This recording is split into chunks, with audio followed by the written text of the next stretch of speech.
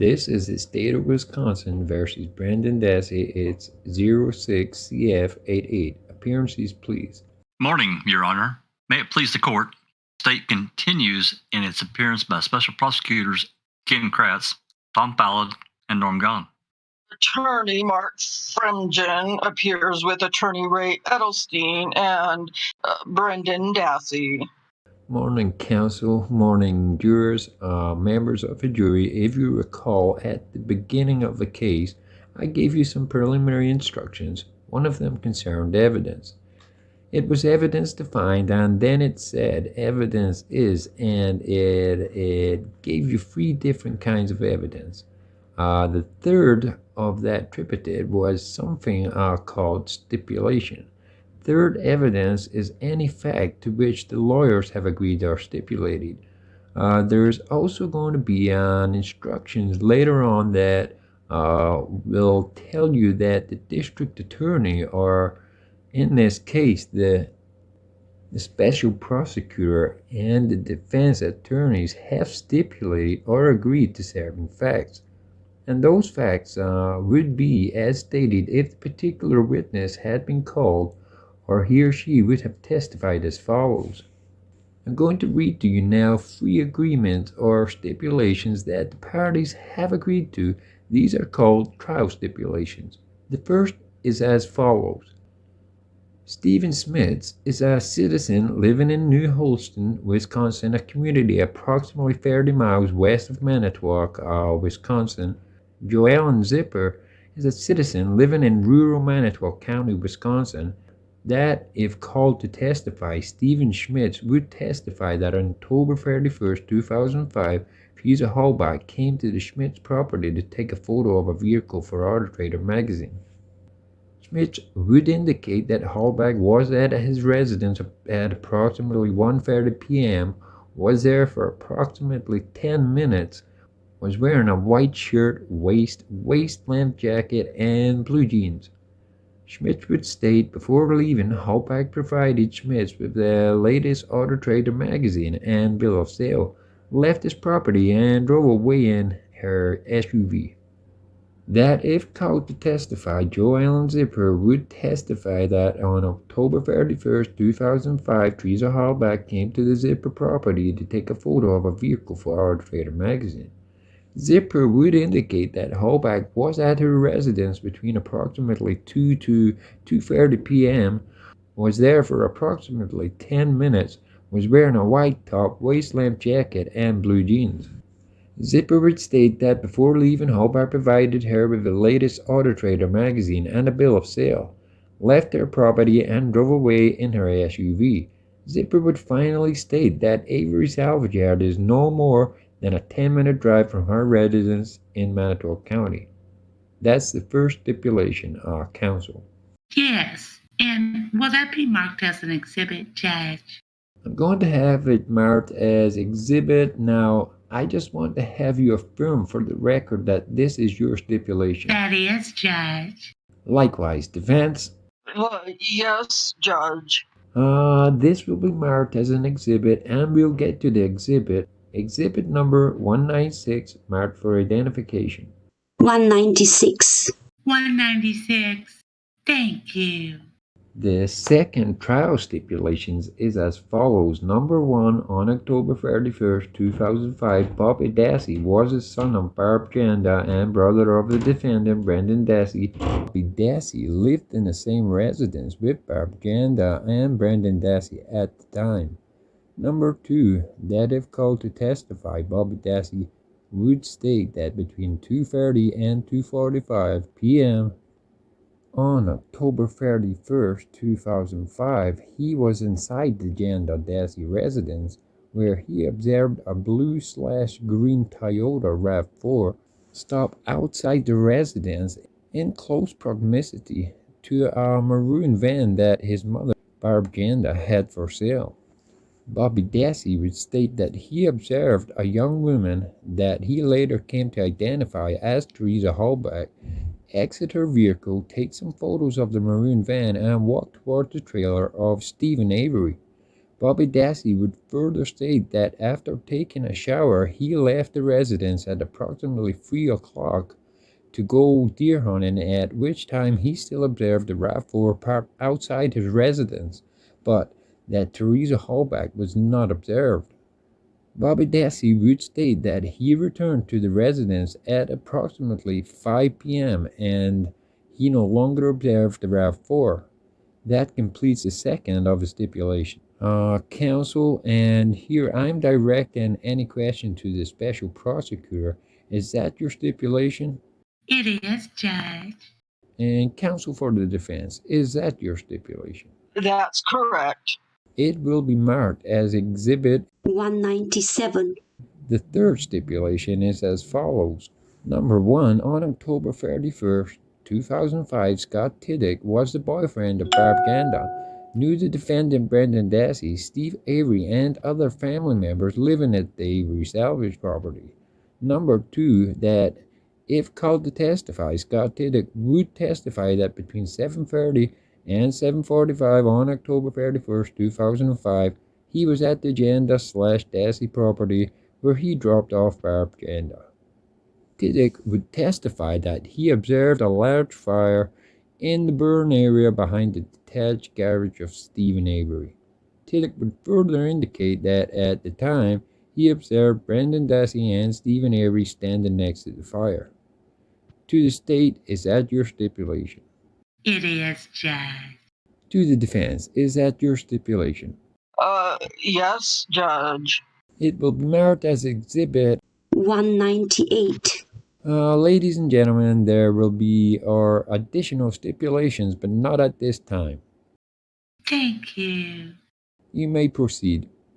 State would call Mr. Rod PEVYTOE to the stand. Please be seated. Thank you. Please state your name and spell your last name for the record. My name is RODNEY PEVYTOE, PEVYTOE. What do you do for a living? I'm a special agent with the Wisconsin Department of Justice in the Division of Criminal Investigation. I work in the Arson Bureau of the unit. How long have you been an employee of the Department of Justice, Division of Criminal Investigation? I've been with the agency for 27 years. 25 years have been in the Arson Bureau. Prior to joining the Department of Justice, did you have any other law enforcement experience? Yes, I was a reserve deputy sheriff in Marathon County. It's near Wausau, Wisconsin. What kinds of cases does the Arson Bureau involve themselves with? Well, generally speaking, we investigate fires and explosions that occur here in the state of Wisconsin. We'll investigate the cause. If it's determined to be of accidental origin, we do some reporting and then basically end our involvement. If it's determined that there's some criminal activity, we work with local law enforcement and further the criminal investigation into the matter. All right. Agent, would you pull that microphone a little bit closer to you? Sure. How do you typically get involved in a case? Typically, an Arson Bureau agent receives a request, and it's generally either from a law enforcement agency or sometimes from a fire department, stating that they need some expertise in determining the cause of a fire or an explosion. Then we go from there. All right. And on approximately how many fire investigations have you been involved in your tenure with the Arson Bureau? Unfortunately, I don't have an exact number. I could easily say it's between 800 and 1,000. It's probably more than that, but it seems like a whole lot. And those investigations, have you ever involved yourself in an investigation in which there was a fatality associated with fire? Yes, sadly, many times I do get involved in a fatal fire investigation. All right. And approximately how many fatal fire investigations have you involved yourself in through the years? Again, I can't give an exact number, but an estimate would be in excess of 100. Some of those would involve multiple fatalities, 4, 5 people dying at a time. All right. Tell us a little bit about your educational and training experience, if you will. Do you hold any degrees? Yeah, I have a bachelor's degree in criminal justice from the University of Wisconsin. In addition to that, I'm a certified police officer, certified firefighter. I'm also a certified in fire investigator by the International Association of Arson Investigators. As part of my duties within the Department of Justice, I've been able to receive some additional training from a lot of different agencies, to include the National Fire Academy, the Bureau of Alcohol, Tobacco, Firearms and Explosives, the FBI, numerous IAAI, which means International Association of Arson Investigators, conferences, as well as different private entities who have put on various types of educational opportunities for fire investigators. If you could elaborate for us, what is the International Association of Arson Investigators? The IAAI, International Association of Arson Investigators, is an organization of people who are devoted to the field of fire investigation, and it's a worldwide association. We have members in that association from Europe, Asia, South America, the Middle East, as well as all of North America. There's about 7,000 to 8,000 people that are in the association at the present time. All right. And approximately how many certified investigators are there? Do you know? Certified fire investigators by the IAAI, there's roughly 1,000 of them right now. All right. And is that in the world, the country, North America? That's 1,000 of them in the world. In your experience, have you been called upon to instruct others in the field of fire investigations? Yes, I teach quite frequently in a lot of different areas. I teach frequently for the National Fire Academy as a member of their adjunct faculty. As part of that, I travel throughout most of the states, it seems, at one time or another, as well as being a guest speaker for IAAI functions. And I teach fire-related subjects, fire death investigation, different subjects related to our field. All right. And do you sit or are you associated with any boards in which you're involved in either the training or the investigation of fire scenes? Yes, I am. I'm on the board of directors for the International Association of Arson Investigators. In addition to that, I also am the co-chair of the Certified Fire Investigator Committee as part of that. And so I've worked with other people in our field in order to gain the accreditation of being a CFI, a Certified Fire Investigator. All right. As a result of your training and experience, are you capable of recognizing human remains that have been damaged by fire? Yes, I've seen them many times, and over the course of many years that I've been doing those investigations, have gained that skill. Now, Mr. PEVYTOE, directing your attention specifically to this case, how did you become involved?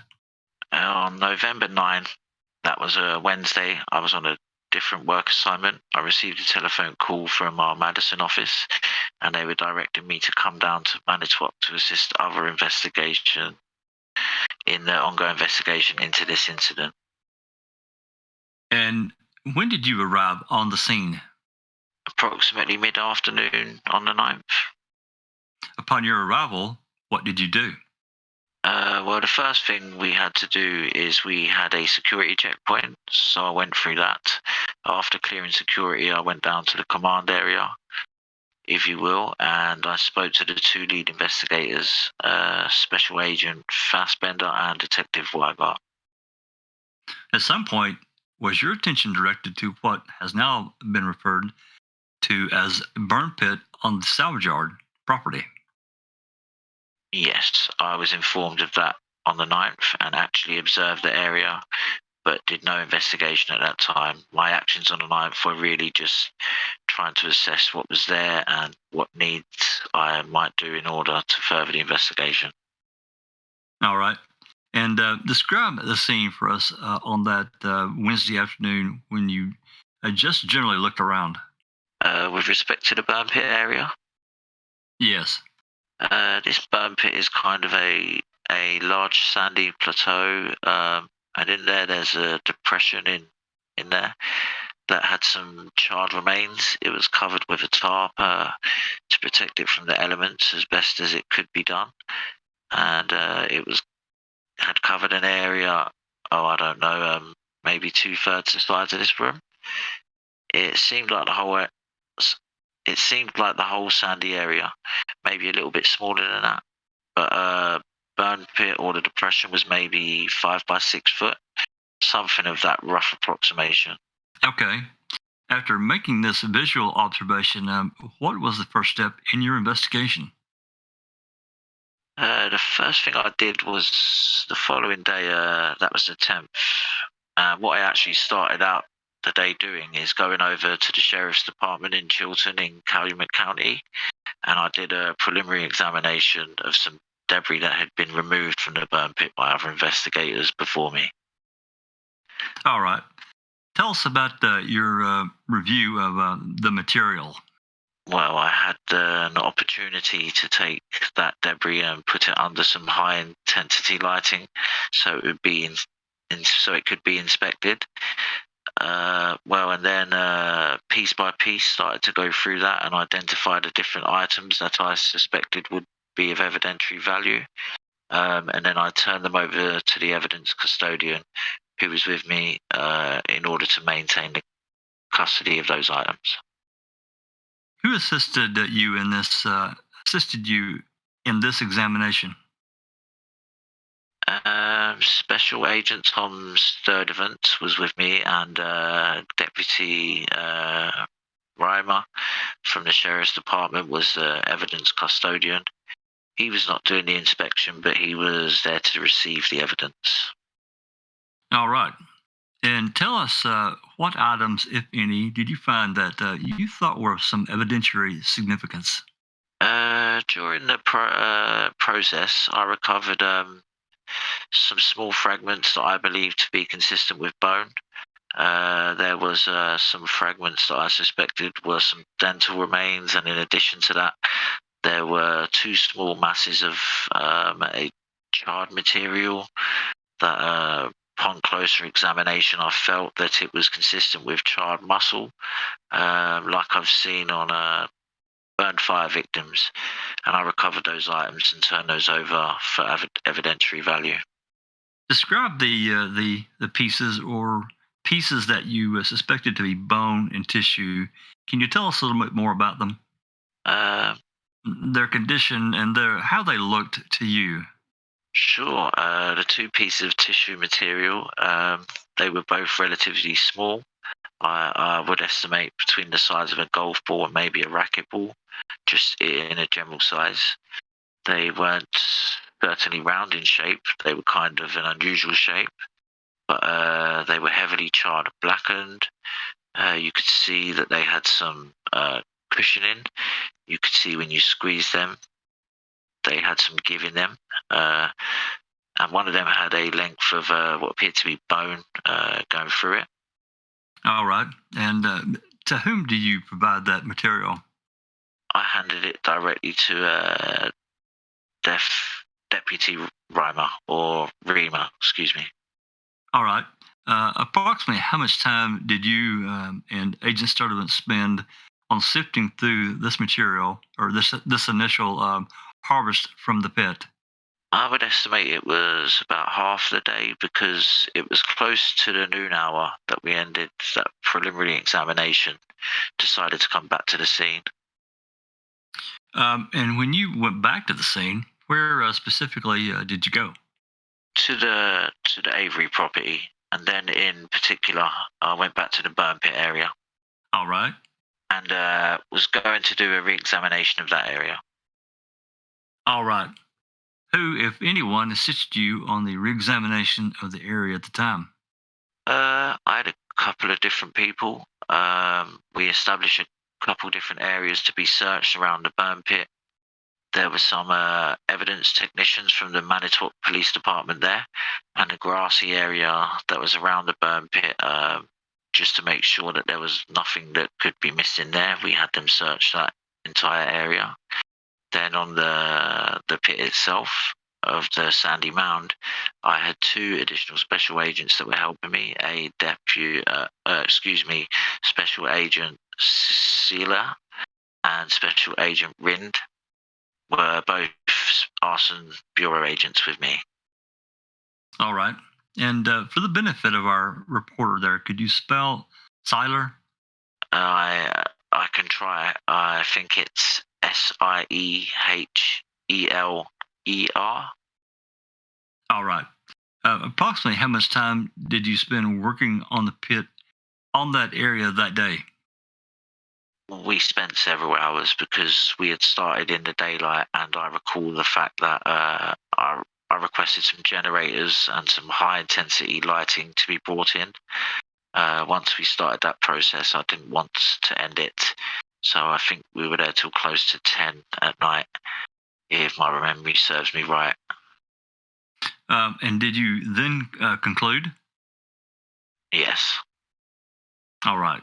Now, I'd like to ask you a little bit about your observations of the soil, the sod, and the ash that you observed while you were processing the pit. First, tell us about the ash. Was there anything unusual about the ash in this burn pit? Well, to a fire investigator, no ash is unusual, but they may have some characteristics, is probably the best way to say it. When I looked at the loose ash that was in the bottom of the pit, and there still was some there, as well as the bottom layer of the burn pit formed almost, it looked like just, if you could imagine what blacktop looked like, if all the soil that had bonded with different distillants, there was an odor and a consistency that I had seen before, and that was from the burning of tires, automobile tires and such. All right. What do you mean by distillant? Well, distillants would be when you burn a tire, actually, some liquids come off and they begin to flow and they can bond in the soil. Different oils of petroleums will flow. When you add a solid and burn it, it actually has to be converted to a vapor. So it will go through a very temporary liquid stage. Sometimes that runs off. All right. And so you're describing something like a crust-like. Yes, that would be a good characterization of it. In terms of your examination of the pit, what else struck you of evidentiary significance about the material that you was taken from the pit? And now I'm asking you to focus on non-biological. Well, we saw some metal items there. All right.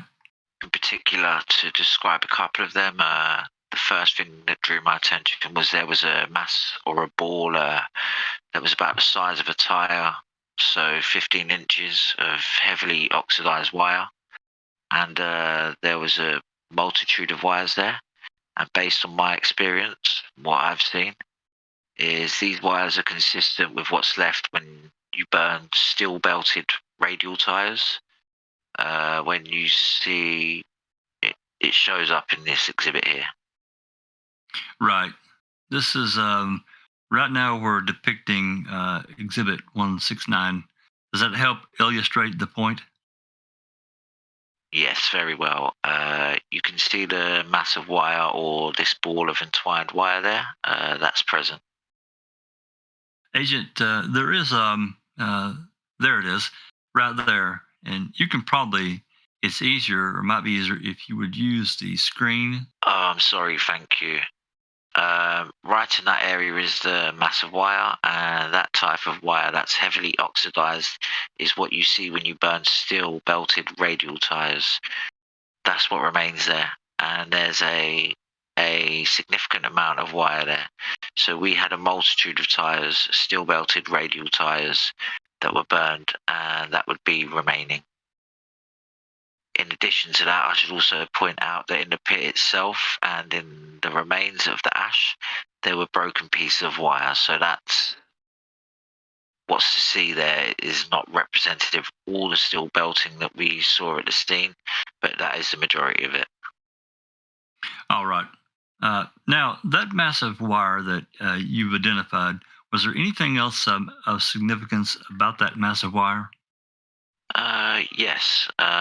As part of the scene examination, I wanted to look at everything, and I started looking at the entwined massive wire. And I noticed that inside the wires, deeply inside of it, in some cases, were some white fragments that I looked at closer and identified these to be bone material. And they were entwined in there to the point where I actually had to physically pull apart the wire in order to get it there. It wasn't just on the surface, it was actually down, entwined into the wires. Give me a second. Oh, yes. Now, also, what is depicted? Exhibit 169 is a car seat, which we've previously identified and introduced as Exhibit 174. Did you have an opportunity to examine more closely the car seat, which was depicted in Exhibit 169, and which has now been marked as Exhibit 174? Yes, as you can see, it's in the center of that exhibit right there. It's the rusted mass as pointed out right there. I don't know if it's a car seat or from an SUV type of vehicle, but it's a vehicle seat. I interpret it to be a rear seat that may have been removed, or an extra seat, but I did have an opportunity to examine it. I didn't see any bone fragments entwined in that, but that's a pretty open area. It's not as dense as the wire, but as I looked at it, you could see it was heavily oxidized. It appeared to have some charred material on it, and it was an impression that it had been burned and destroyed in the fire. All right. And what is about the condition of the car seat that led you to conclude that it had been burned or exposed to fire? Well, there were several things. First of all, its location next to the burn pit might be suggestive of that. But when you look at the surface, one of the things that happens to metal frequently that's in a fire is that rusts or oxidizes very quickly. And we see that this seat is oxidized evenly, for the most part, over all of its surfaces.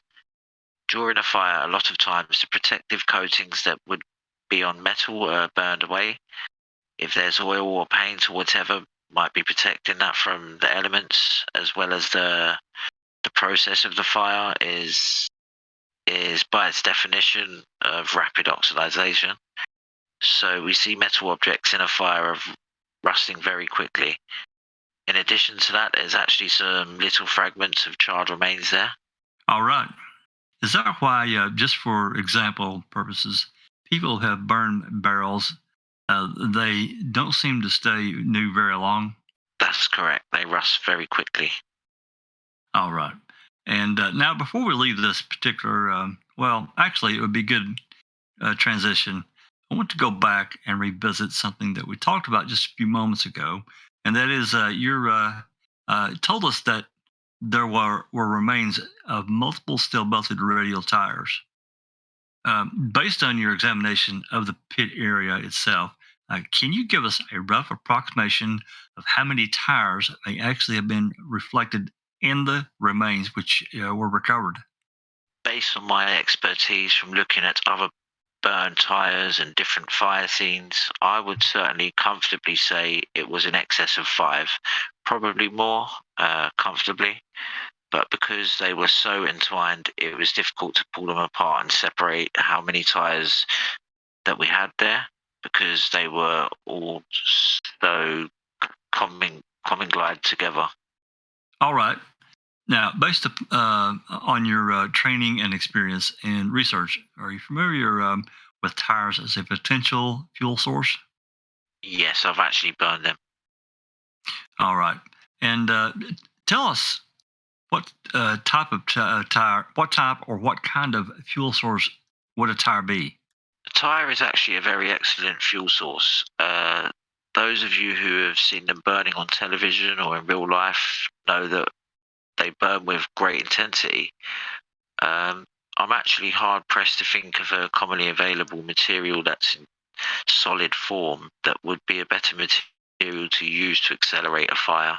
And by accelerating, we're talking about, by its definition to a fire investigator, something that would make the fire burn with greater intensity, a better fuel or a better oxidizer. And I think it's realistic to say that tires can be a form of a solid accelerant. They burn with great intensity. They release a lot of energy. In fact, studies have shown that 1 pound of tires releases about 15,000 BTUs of energy as it burns, which is pretty sizable amount of energy. And give us an example of what is a BTU. It's by its definition, it's a British thermal unit, and it's the amount of energy that's required to heat 1 pound of water, 1 degree Fahrenheit. What's the weight of an average passenger tire? 20 pounds. All right. So 1 passenger tire could be expected to generate how many BTUs of energy roughly? About 300,000. All right. Could you put that into context for us? For instance, an average furnace in a home, anything like that, can you relate that BTU figure in? I can try. Your furnace size will vary based on the size of the home and its efficiency. But like in my home, I have 150,000 BTU furnace, and that's how much energy it can put out in 1 hour in order to heat that home. And that's probably a pretty average size. So that's about equivalent to half a tire. All right. Now, if one is burning 2, 3, 4, 5 tires, what kind of fire would we expect to see? Well, you'd see several things. First of all, I think most of us know that a fire, in many cases, will give off a pretty distinguishable black or dark smoke from the burning of the tires, but the intensity of the fire will be great. It will be a very bright flame, usually in an orange color, and you'll have a flame height. It may vary depending on how the tires are orientated, if they're flat or standing up or maybe sloped up, but generally you'll see a flame anywhere from 6 to 9 feet would be a good average. The other thing is, if you're burning multiple tires at a time, for a human to approach it is pretty difficult because of the radiant heat that's coming off of it. It is a safety hazard. All right. Now, how close would you be able to get to a fire in full effect? If you got 4 or 5 tires going at one time, would you be able to be within 2, 3 feet, or would you be? No. I know from my own personal experience of burning tires, I needed a long implement, even if I'm burning 1 or 2 tires at a time. And if you have 3 or 4, you probably wouldn't even be able to get close to it without a rake or something, without getting some, uncomfortable feeling and maybe even some skin damage, thermal damage to the skin. All right. Now, we talked a little bit about steel-belted radial tires, but how about regular radial tires that don't have steel belt reinforcements? Are they similar fuel source?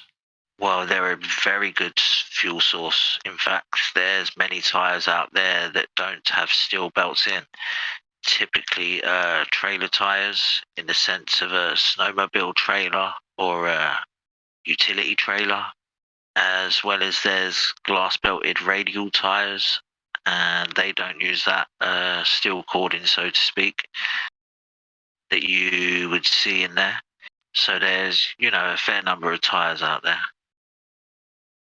Was there any way for you, after examining this scene, to determine whether there were any regular radial belted tires or glass belted radial tires there?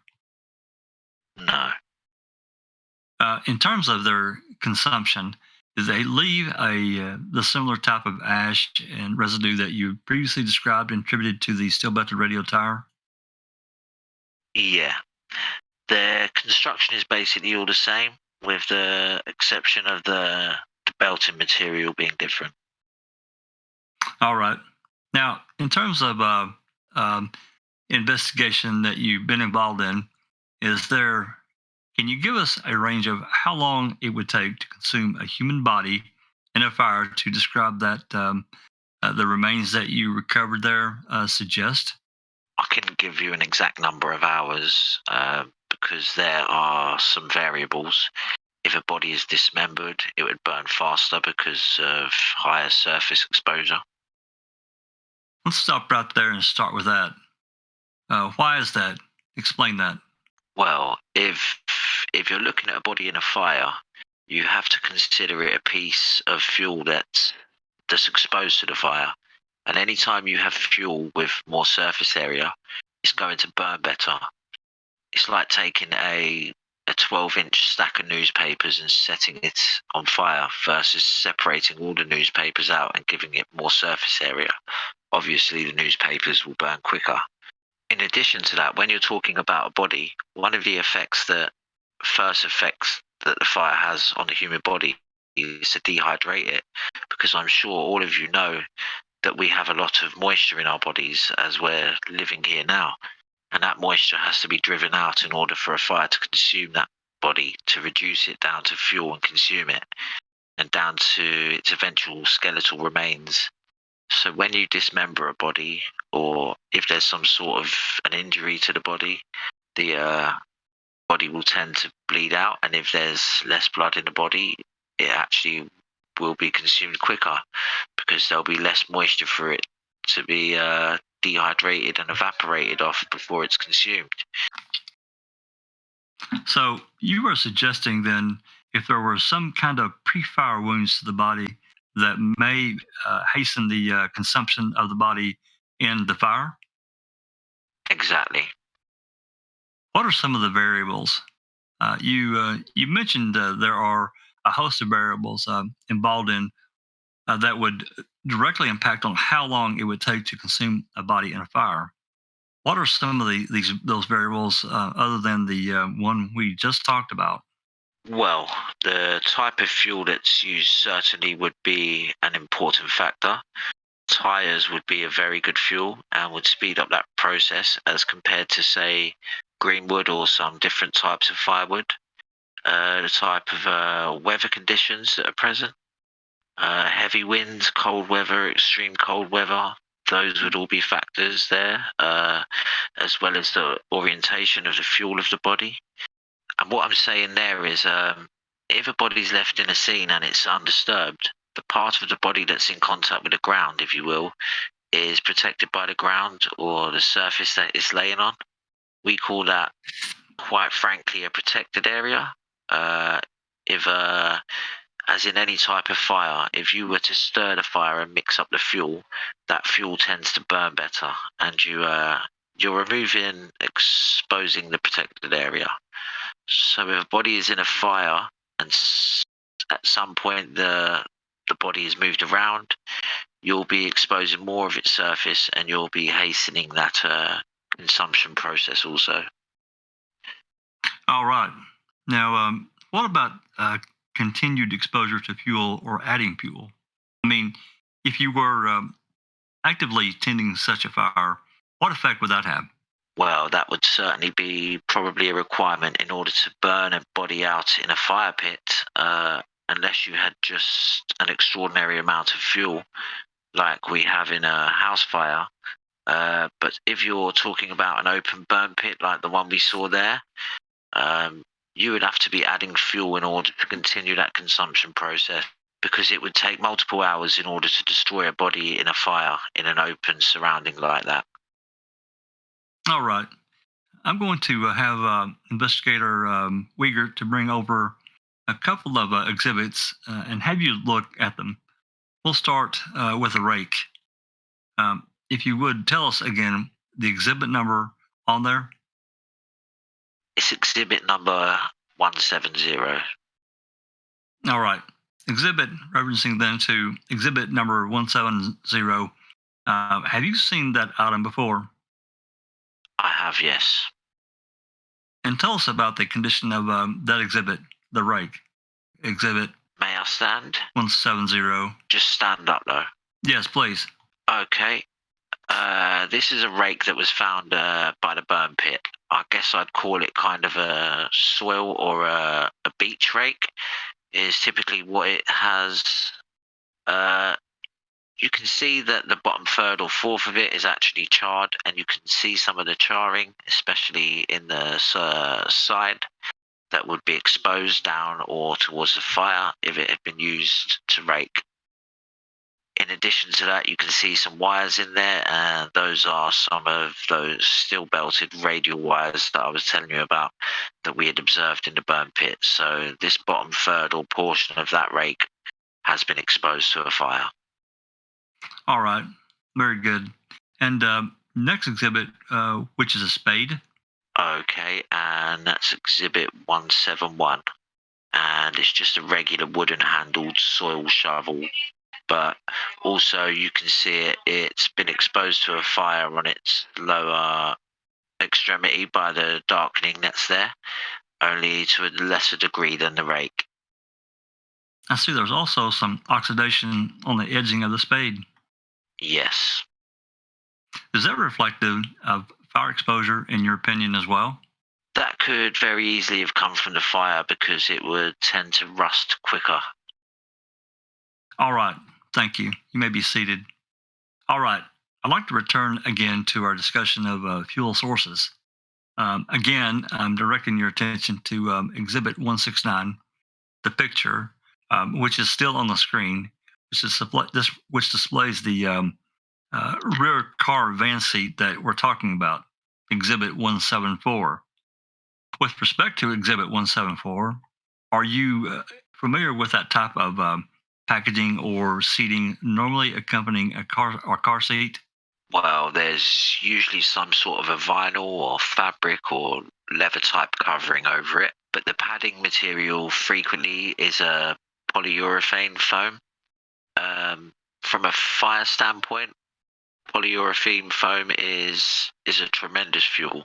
In fact, we have a nickname for it in the fire investigation as solid gasoline, because just like a tire, it is either a synthetic or a petroleum distillant. But once it's ignited, it has a tremendous amount of heat release into a room or into the environment that's burning. It's a very good fuel. Is it on par with, as it were, with tires in terms of its ability to generate BTUs? I'm not sure of the exact breakdown, but I believe that it is. Yeah, in fact, if I'm not mistaken, it might be slightly better than energy released pound for pound than that, just because of its, more often than not, it's a capillary type structure and open cell, and it tends to burn with greater intensity. All right. If I may just have a moment, we will pass the witness. Thank you. Cross. Mr. PEVYTOE, you indicated that you had arrived on the scene on November 9. That's correct, sir. And when you got there, your first step was to simply assess or evaluate the burn pit. Well, that was the primary one, but I looked at other areas around that were designated to be searched and whatever, and tried to make assessments as to what type or needs we would have for personnel and materials and that. But in particular, your attention was drawn to this burn area or burn pit. Well, there were several areas, and the burn pit was included in that. Well, when you arrived to look at the burn pit in particular, did it appear to be as Exhibit 169 shows? No, it was covered with a tarp. Okay. Did you take the tarp off? They removed a portion of it, yes. Were you able to see the van seat and the wiring, the large wad of wiring? I believe so, yes. Had they already removed much of the soil or the upper ash from the burn pit? Well, they had removed the loose ash that was in the pit, but there was still the darkened area and some remains. So when you went to, was it at the sheriff's department that you next went to look at some of the items that had been removed? Well, that was on the following day. Okay. On the 10th in the morning, I went to the sheriff's department and I did a preliminary examination of the ash that had been removed from the pit previous to me being at the scene. So obviously you didn't remove any of that ash. That's correct. And you didn't sift through the ash. Which ash? The ash at the sheriff's department. Yes. You did sift through all that ash? Well, we examined that multiple times because when you're examining something, looking for small evidentiary items such as bone fragments and dental fragments, it may take time. So, as I said, on the 10th, that was a preliminary examination, but also in December, we went back and literally went through it piece by piece over a course of many hours with many people there, using a long wooden skewer to remove each little fragment and examine it and go through the process there. So each time we were doing a more and more detailed examination, it's a very complex process. So over a period of about 30 or 40 days, you were able to several times go through the items, sift through the items to find the things that might have evidentiary value. I'm not sure of the time frame, but it was examined multiple times, yes. Now, you indicated that you didn't find any bone in the van seat. That's correct. But you did find some small pieces in the ball or the wad of steel belted tire wiring. That's correct. I found multiple pieces entwined into the mass of the wire. And again, just go back. No one had removed the wiring or the van seat from the burn pit, just some of the burn pit ash itself. That's correct. So when you went back, there was still more to do in processing the burn pit, That's correct. and you were the one that then processed it at that point. You and others. Yes, sir. Did you oversee or supervise the final processing of the pit? More or less, as well as participated in it. No, you estimated that a fire that had approximately 5 tires and that was your approximation of the number of tires based on the amount of steel belted wiring in the burn pit. Well, that's not fully correct because there could be additional tires that would not be steel belted. What I believe my testimony is that I could see, I feel comfortable in saying that there were more than 5 steel belted radial tires there. I certainly can't give you an estimate as to the glass belted utility tires, all those different things that might have been present there. Judging by the ash that was remaining in the pit, there was certainly a quantity. And you agree with me that you can't tell when tires may have been burned in the pit as well? That's correct. I could just say that the remains were there. And the pit itself, may have been used many times other than immediately preceding law enforcement coming to the pit. It's possible, but I don't know. I can only tell you what I saw that day. Correct.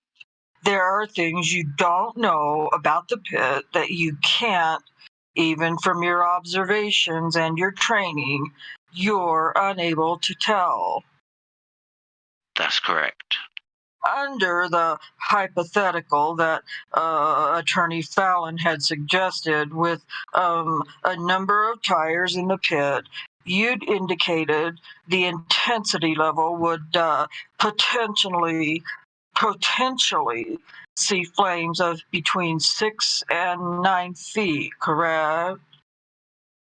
Well, it will vary with the fuel orientation and the amount of fuel that's present there, but I have burned tyres, and I know from my research that 6 to 9 feet.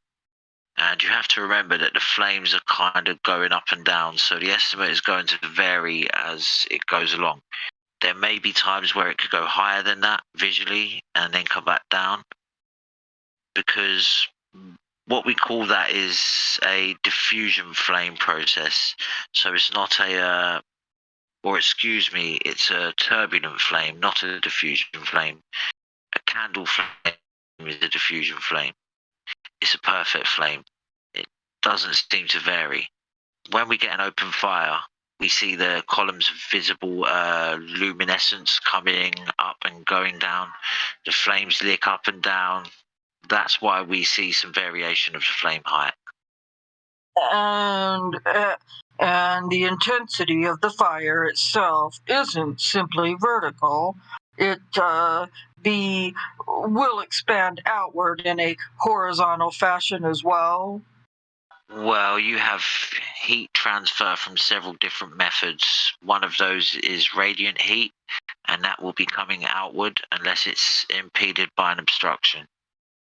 And your testimony, I believe, was that the radiant heat, the intensity, potentially would make it very difficult or maybe even impossible for someone to be several feet from the fire.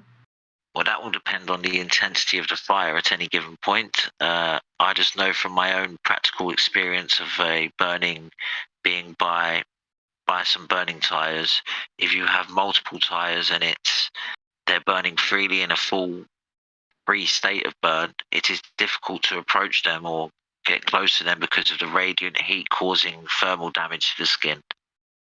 And again, I simply was asking that if that was what your testimony was before with Attorney Fallon, that could have, that amount of tires or what have you, accelerants in the fire because of the radiant heat would be very difficult to get within a couple of feet.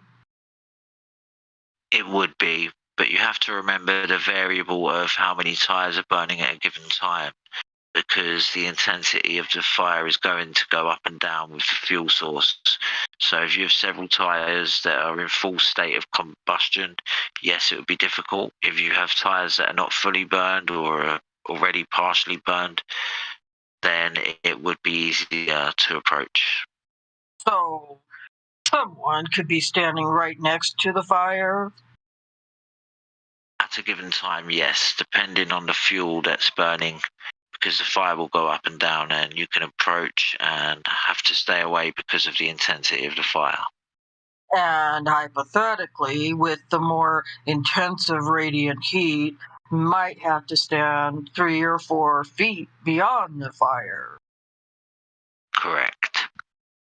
From your experience and training, are you aware of any studies that have been conducted in regards to the level of intensity of the radiant heat from 1 versus 5 tires? For example, wood versus a tire type of substance or petroleum-based substance? There's a lot of studies that deal with the energy release of various materials that are out there. Would one tire in a fire be less intensive than 5 tires in a fire at one given time? Yes, because of the amount of energy that's being released. Without getting too in-depth, the temperature would remain the same. Okay, the temperature is not going to go up. It's always going to be about the same because they're going to burn at the same temperature level. However, the more fuel you add in there, the fuel is all being consumed simultaneously.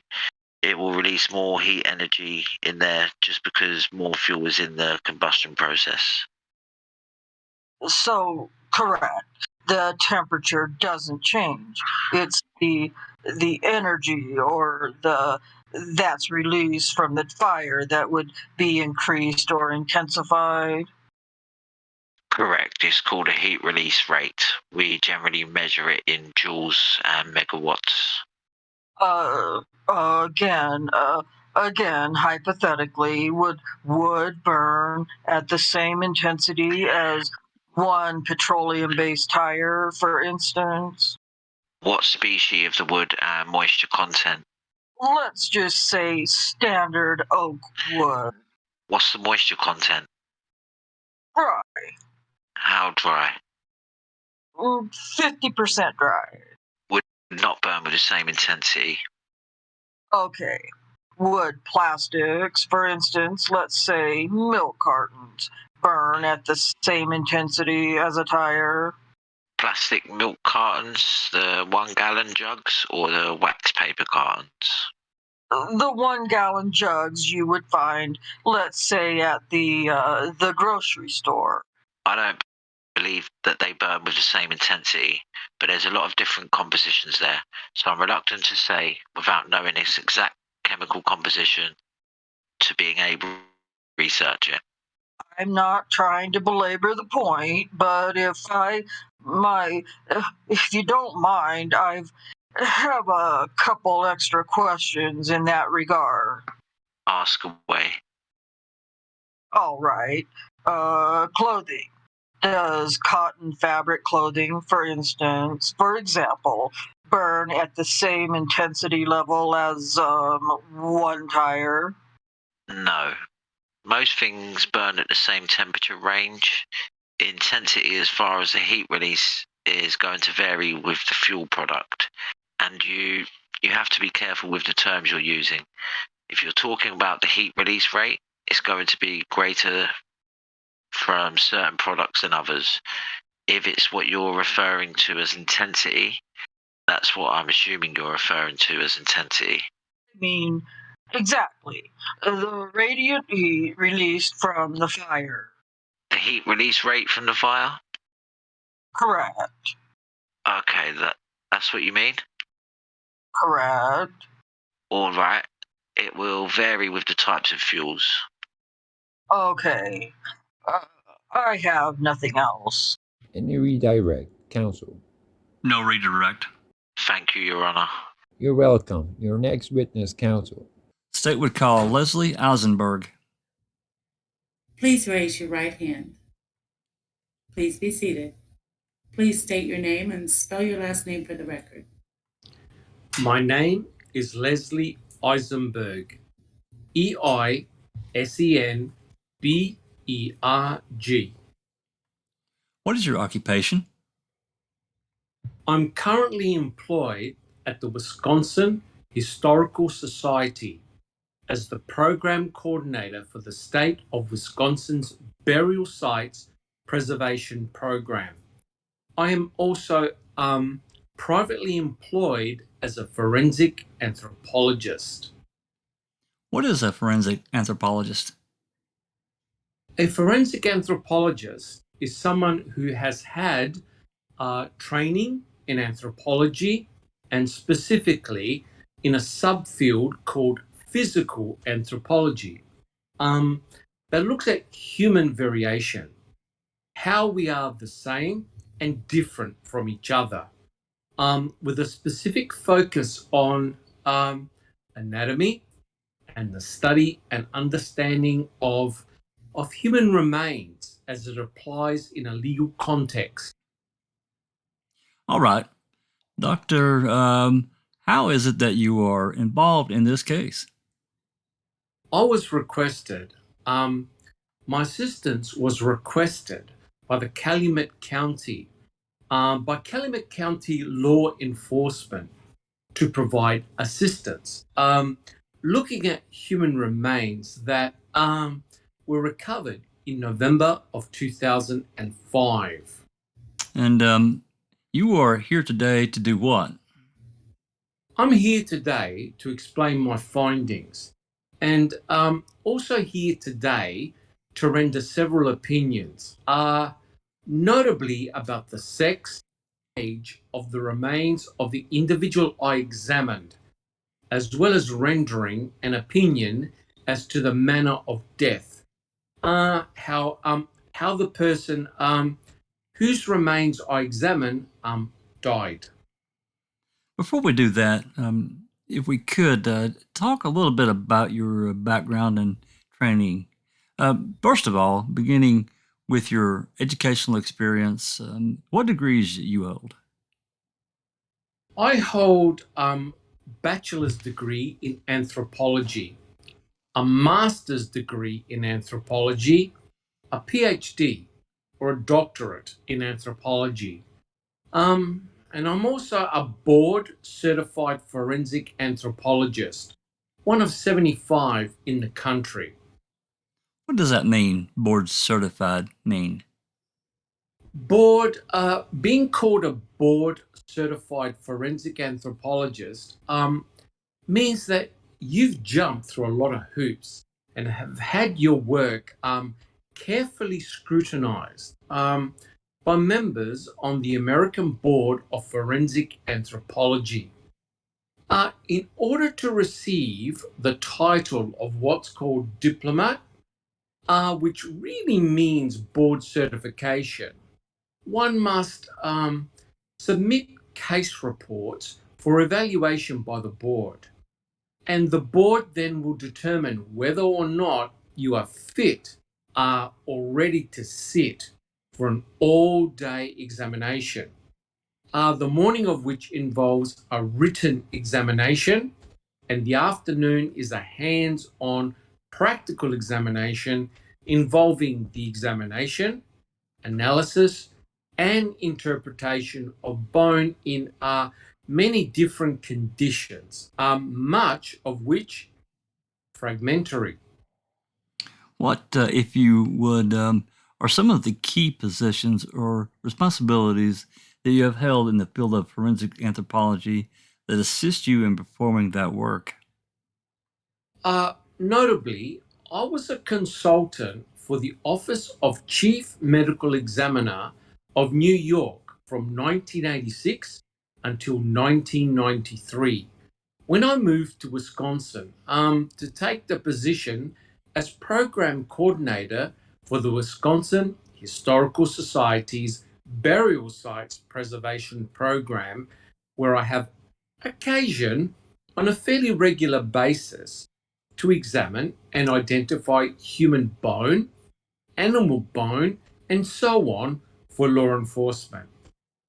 Most of that bone comes from archaeological or older context.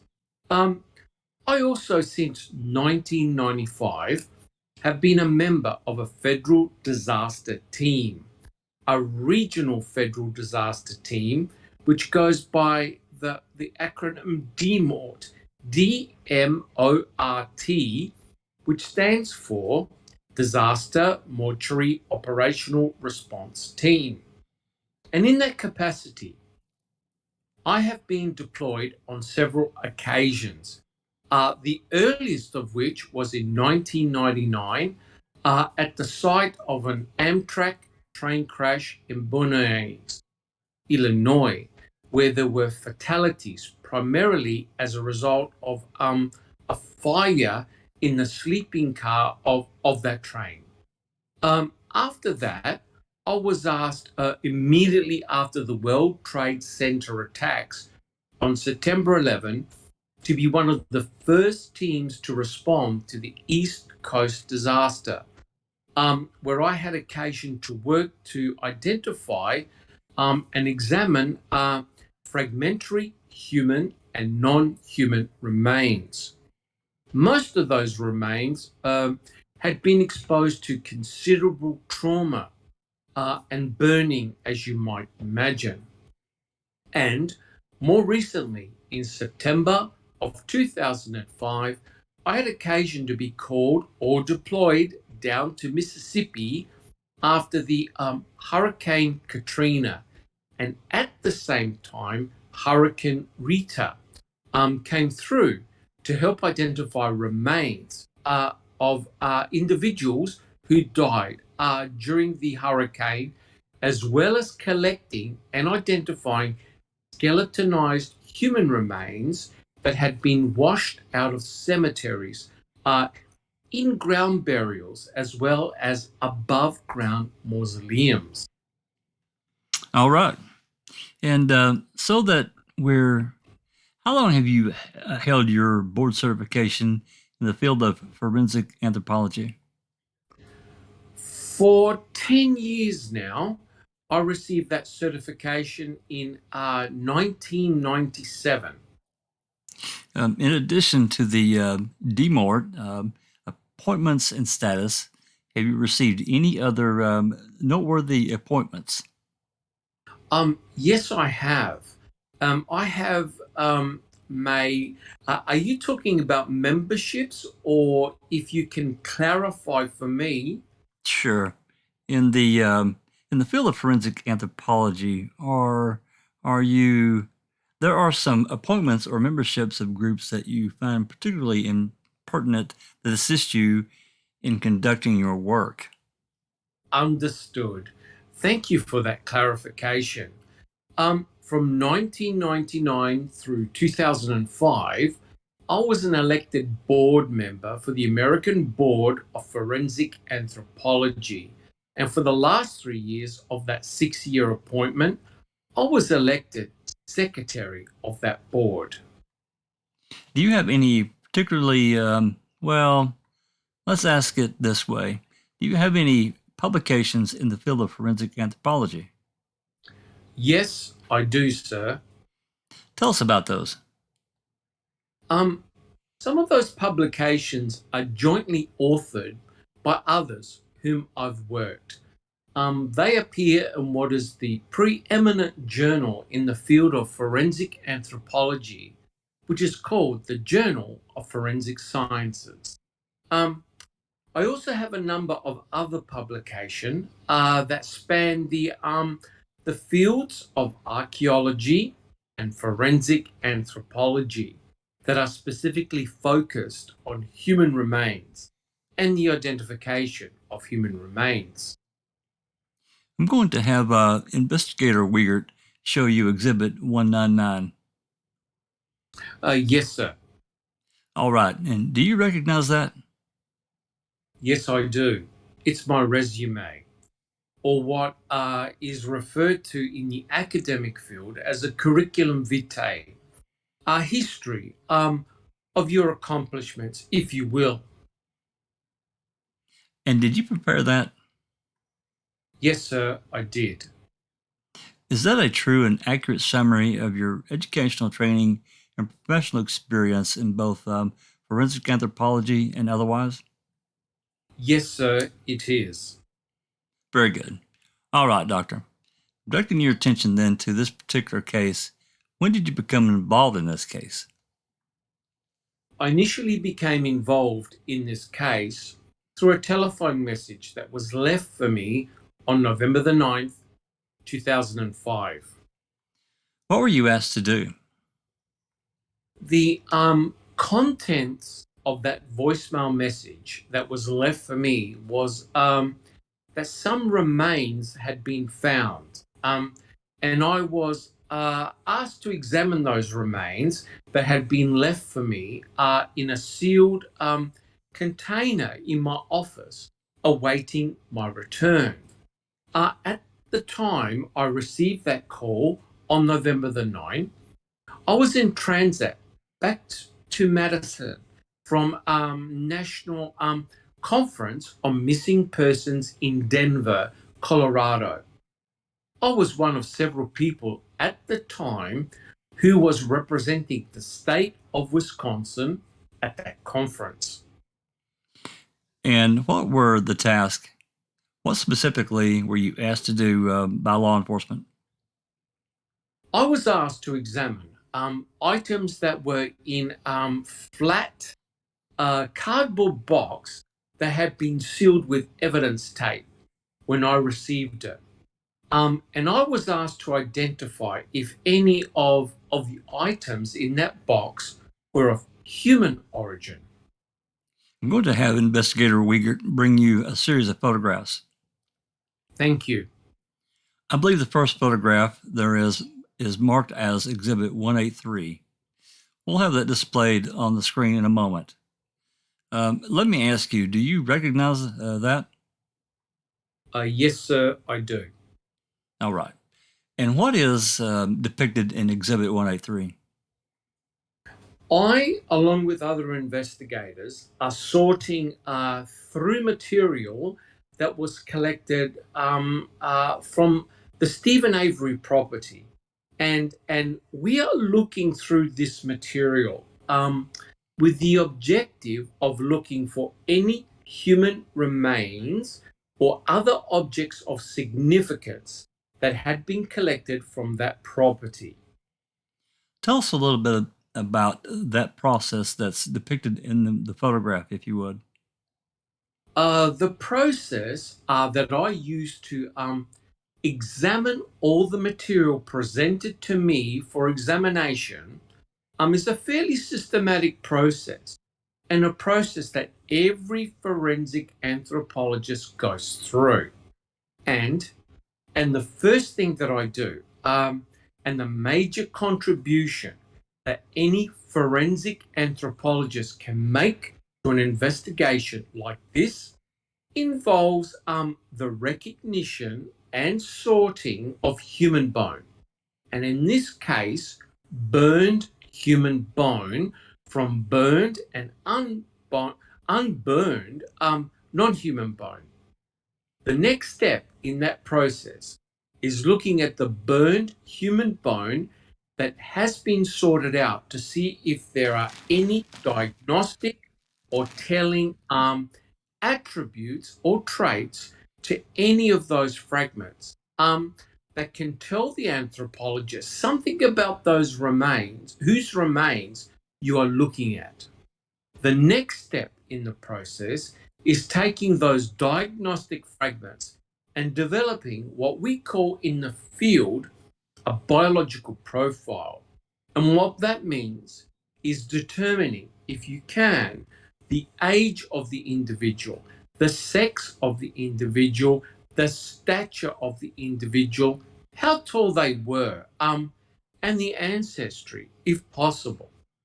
Also, critically important is to determine if there's anything else you can tell from those diagnostic fragments, including the presence of any trauma to those remains that may have been sustained or may have occurred in what we call the ante-mortem interval, the interval before death, the perimortem interval, perimortem.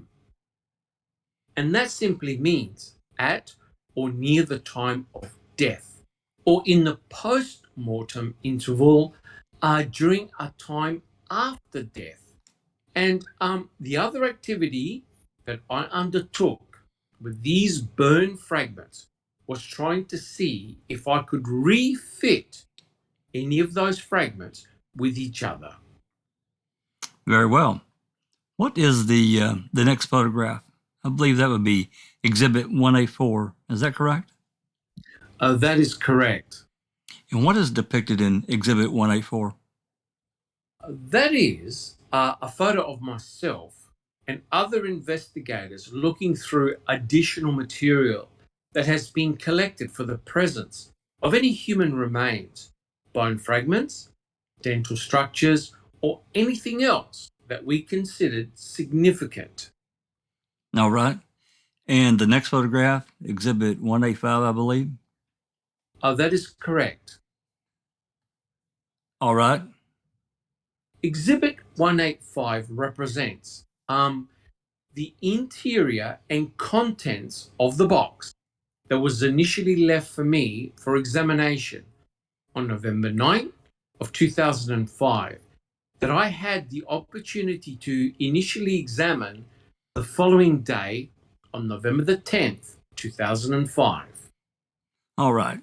Let's stop there for a moment and talk a little bit about the box and its contents. What were the condition of those contents? The bones that you or fragments is probably the best way of describing when you looked at them. As I look in this photograph and on the screen, what I can see and what I saw at the time are fragments of material, some of which were clearly identifiable as human bone fragments that were heavily burned and in some cases calcined. Some of the bone that you see that looks white in color is what we call calcine. It represents bone that has lost its moisture content, because all bone has fat content, has moisture content, has blood running through it. And when it's exposed to heat and considerable heat, that moisture and the blood and the fatty tissue, the marrow, will all dry up. And the bone itself, the organic content of the bone, what makes bone also disappears. And the bone, calcined bone, becomes almost like a piece of porcelain or ceramic, in that if you knock it against the table, it will sound very much like a piece of porcelain. In terms of, as a forensic anthropologist, who often is called upon to attempt identification of remains? Are there varying levels or degrees of destruction that you, forensic anthropologists, utilize to categorize exactly the condition of the items you're examining? Oh, we do. In 1996, there was a very basic scheme developed by a forensic anthropologist from Texas and a colleague of his. It's known as the Crow-Glassman scale. Crow, C-R-O-W hyphen Glassman, G-L-A-S-S-M-A-N. And that Crow and Glassman was set up a 5-stage or 5-level scheme, if you will, that talks about increasing levels of burning on bone. Level 1, for example, would involve a body that was charred but would be visually recognizable to people who knew him or her, or to family members. And that starts with level 1 and goes up to level 5. And increasingly, there is more destruction to the body. The body then becomes unrecognizable. And level 5 depicts the body in a state that is primarily only recognizable because of its fragmentation and burning to forensic anthropologists and forensic dentists. And in this particular case, what was the level of condition of the fragments that you were asked to examine? In my opinion, the fragments that I was asked to examine, that I identified as burned human fragments, would have fallen into that last category, the most destructive category, level 5. All right. Is this what is sometimes referred to as the ultimate level of destruction? By some authors, yes, it is. In this particular case, of all the fragments that you examined, were you able to locate any human skull fragments? Yes, sir. I was able to. Approximately how many fragments were you able to locate There were or identify? There were approximately 58 fragments that were identifiable as human and diagnostic, to the point that I could say these fragments came from a human skull. In terms of how much of a human skull was represented by those 58 fragments? Rough estimate, if you have one. A rough estimate, I would say perhaps a quarter, and that may have been an exaggerated estimate. Could be less. Less? All right, Doctor. Let's begin with some of your conclusions or findings. First, based on your examination of the bones recovered from the pit behind the garage of Stephen Avery, did you find any evidence of human remains? Yes, sir, I did. And were you able to identify the relative age of the person whose remains you examined? Yes. I was able to determine a relative age of the person whose remains I did examine. Tell us about that, please. There are many techniques that forensic anthropologists use to determine someone's age. When remains are unrecognizable and either too decomposed or skeletonized for a traditional autopsy. In this case, because of the fragmentation and burning, many of the characteristics or traits we look at to make that determination were not present or not recognizable because of the condition of the remains. But there were several areas of the face, skull, if you will, that we call the postcranial remains, the remains below the skull, that were able to help me come to a determination of an approximate age of the individual whose remains I examined. And what was that? My determination was that the remains of the individual I examined were no older than 30, 35 years of age. All right. If you could explain for us that range, that step you just gave us, 30 to 35, in terms of field of forensic anthropology and identification, what does that mean or represent? Well, what that means to all of us really is that once we, as we age, and about the age of about 30 to 35, our body starts showing signs of wear, and that wear is degenerative. In other words, it's something that happens with use as we use our bodies to do lots of things.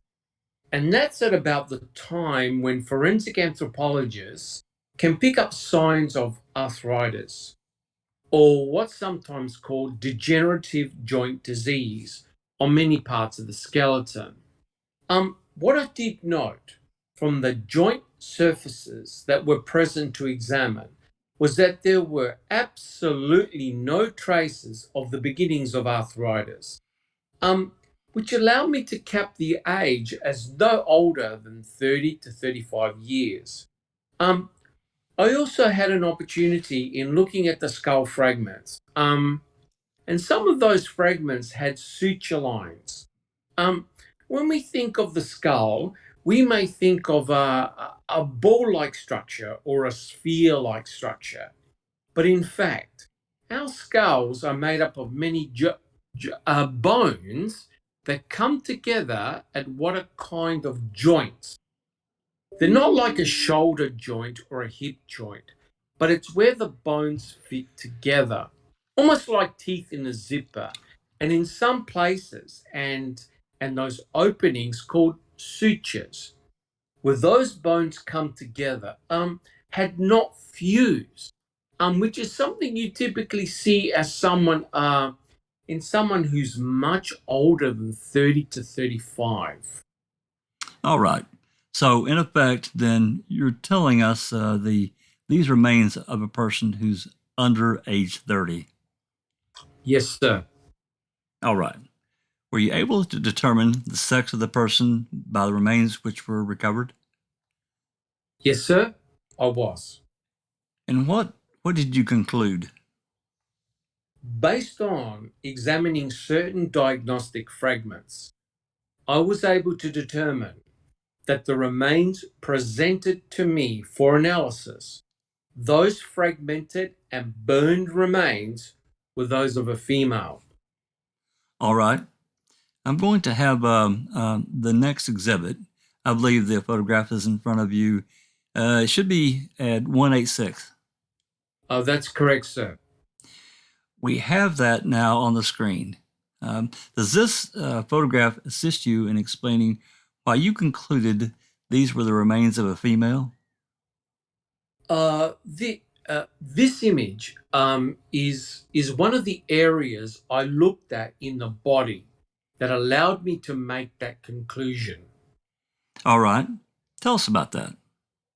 What? Now there is a laser pointer. It should be to the right next to the Yes. witness box. Thank you. And if you would, probably use the larger screen to point. It might work better. Okay. Are those shovels in the way? Rakes? No, they're not. What we are looking at here we go. What we are looking at in this image are fragments from a face. And we are looking at these fragments as if we are looking at someone face to face. And so let me point out some of the landmarks to you to help you orientate what it is you're looking at. This area here represents the top of the left eye socket. These fragmentary bone and this eye, the top of the eye socket, is actually part of the bone that continues up to become the forehead. So we have the top of the left eye socket, the left half of the nose. The nasal bones are 2 in number. And what this fragment is the left half of the nasal bones. These are fragments from the right, what would be the area above the right eye socket. This is a complete and one of the few complete bones that I actually had an opportunity to examine. A complete right cheekbone. And while the placement may be a little off in this photo, what you are looking at here is the lower portion of the right eye socket. This is a fragmentary portion of the left cheekbone and a portion of a bone that runs from the left cheekbone over and above the left the opening for the left ear. All right. If we could go to the next exhibit, 187. Yes, sir. And what are we looking at here? What we are looking at here is a close-up of a portion of what we saw in the previous graphic. Excuse me. Again, this, the top of the left eye socket, the portion of what then continues up to be the forehead, or what we call the frontal bone, and the left half of the nose at, this would be the area that we would refer to as the bridge of the nose. This is the left half of the 2 nasal bones. All right. Now, with respect to the last 2 exhibits, 186 and 187, what is it about them that specifically assist you in identifying these remains as a female?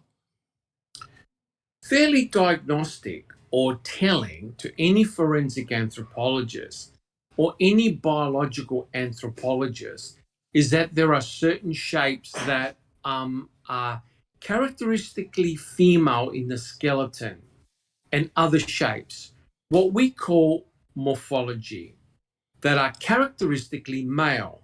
And one of those key locations that anthropologists look at is actually the top of the eye socket.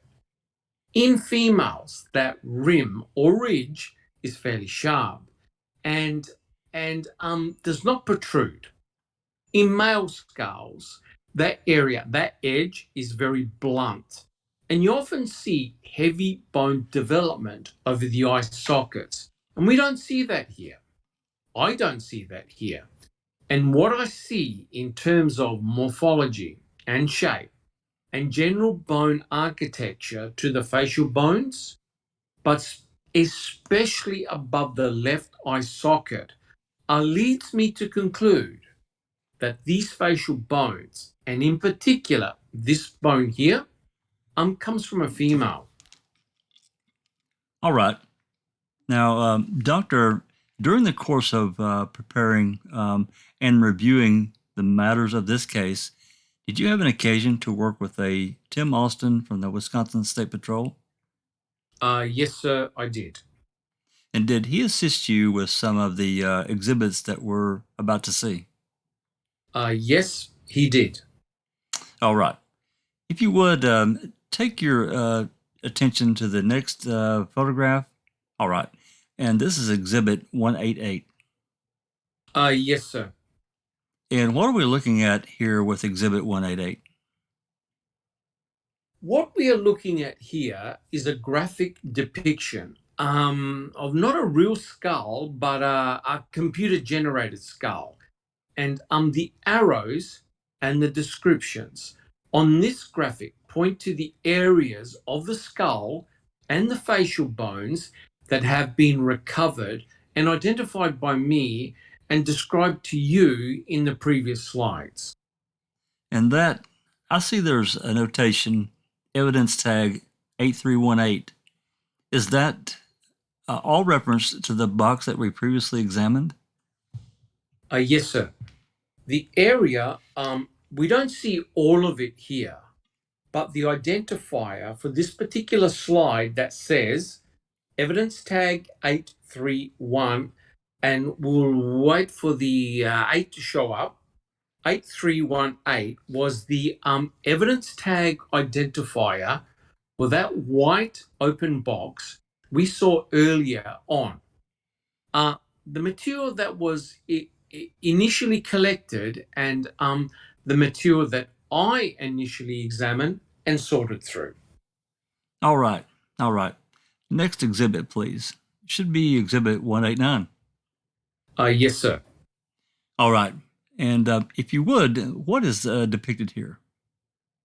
What is depicted here through the work of Trooper Tim Austin are two computer-generated skeletons. The one on the left represents that of a female, and the one on the right, that of a male. All right. And in terms of the eye sockets, if you take a moment to highlight the distinctions that you've been talking about.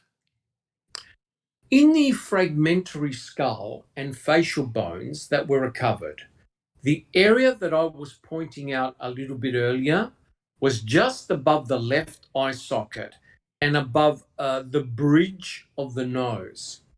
In this female skeleton on the left, I hope you can appreciate the roundedness and the sharpness of the rim or the top edge of that left eye socket. Would it help if we zoomed in on that?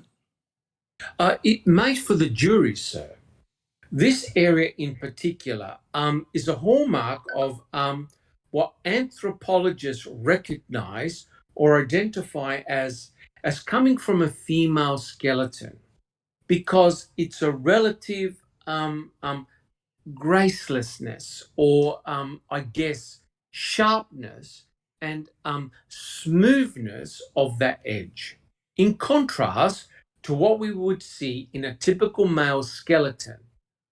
Here's the bridge of the nose, the top of the left eye socket, and I hope you can appreciate or see the area here where the above left eye socket, there's a considerable buildup of bone, and as well, the edge or the shape of the top of the eye socket is much more rounded and substantial.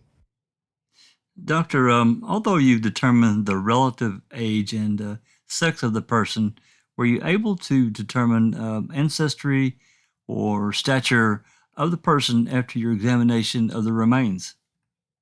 No, sir, I was not. And that was because of the extreme fragmentation and burning that did not allow me to reconstruct some of the long bones. In particular, the thigh bone that I would typically measure to develop a stature estimate.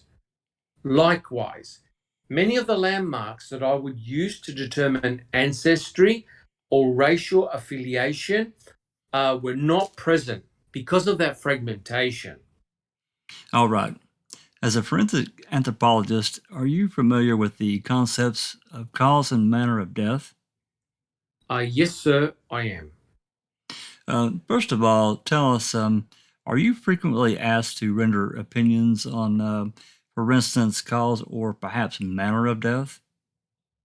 More often and most often, I am asked to render opinions as to what's called manner of death. By what mechanism did someone die?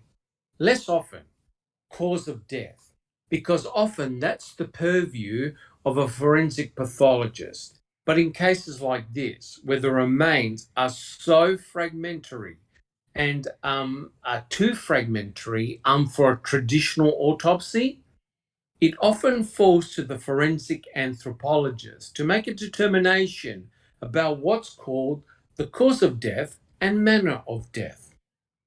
All right. Then, in your field of forensic anthropology, what is the difference between cause and manner of death, if you would explain for us? As it's generally understood in forensic anthropology, cause of death is fairly explicit. In other words, what did the person die from? Manner of death, however, speaks to the mechanism. What caused the death? How did the person die? All right. Can you give us an example, for instance, of a distinction that you might commonly run across in your forensic work?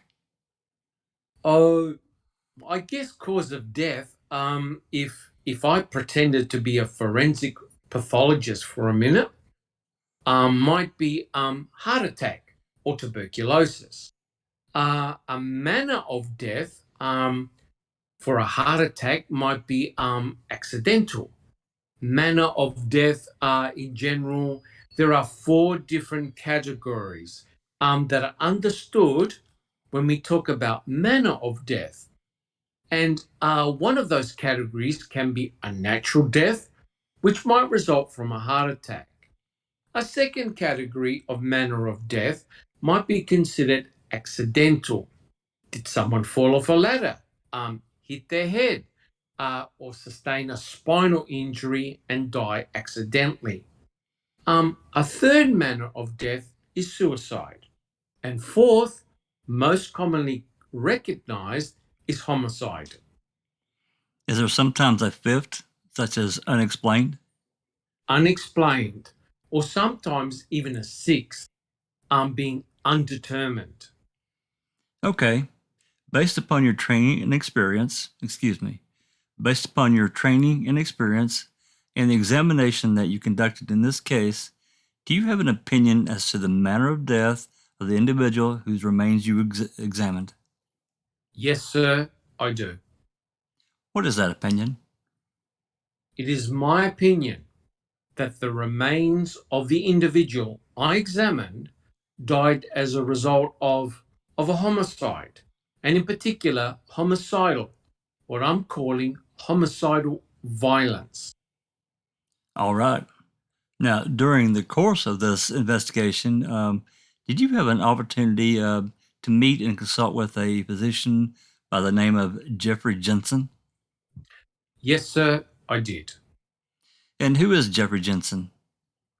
Dr. Jeffrey Jensen is a very well-known and well-respected forensic anthropologist who is the medical examiner for Milwaukee County, Wisconsin.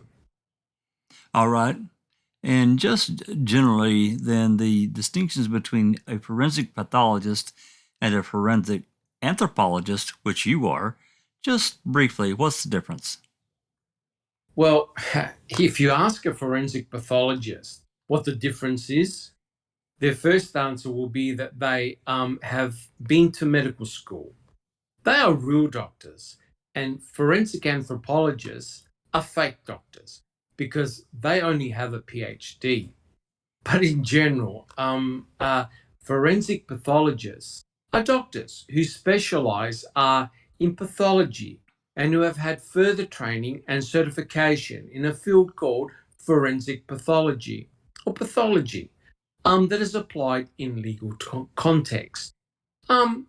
They typically perform autopsies on all types of remains, most of which I would say are recognizable. The people can be visually recognizable.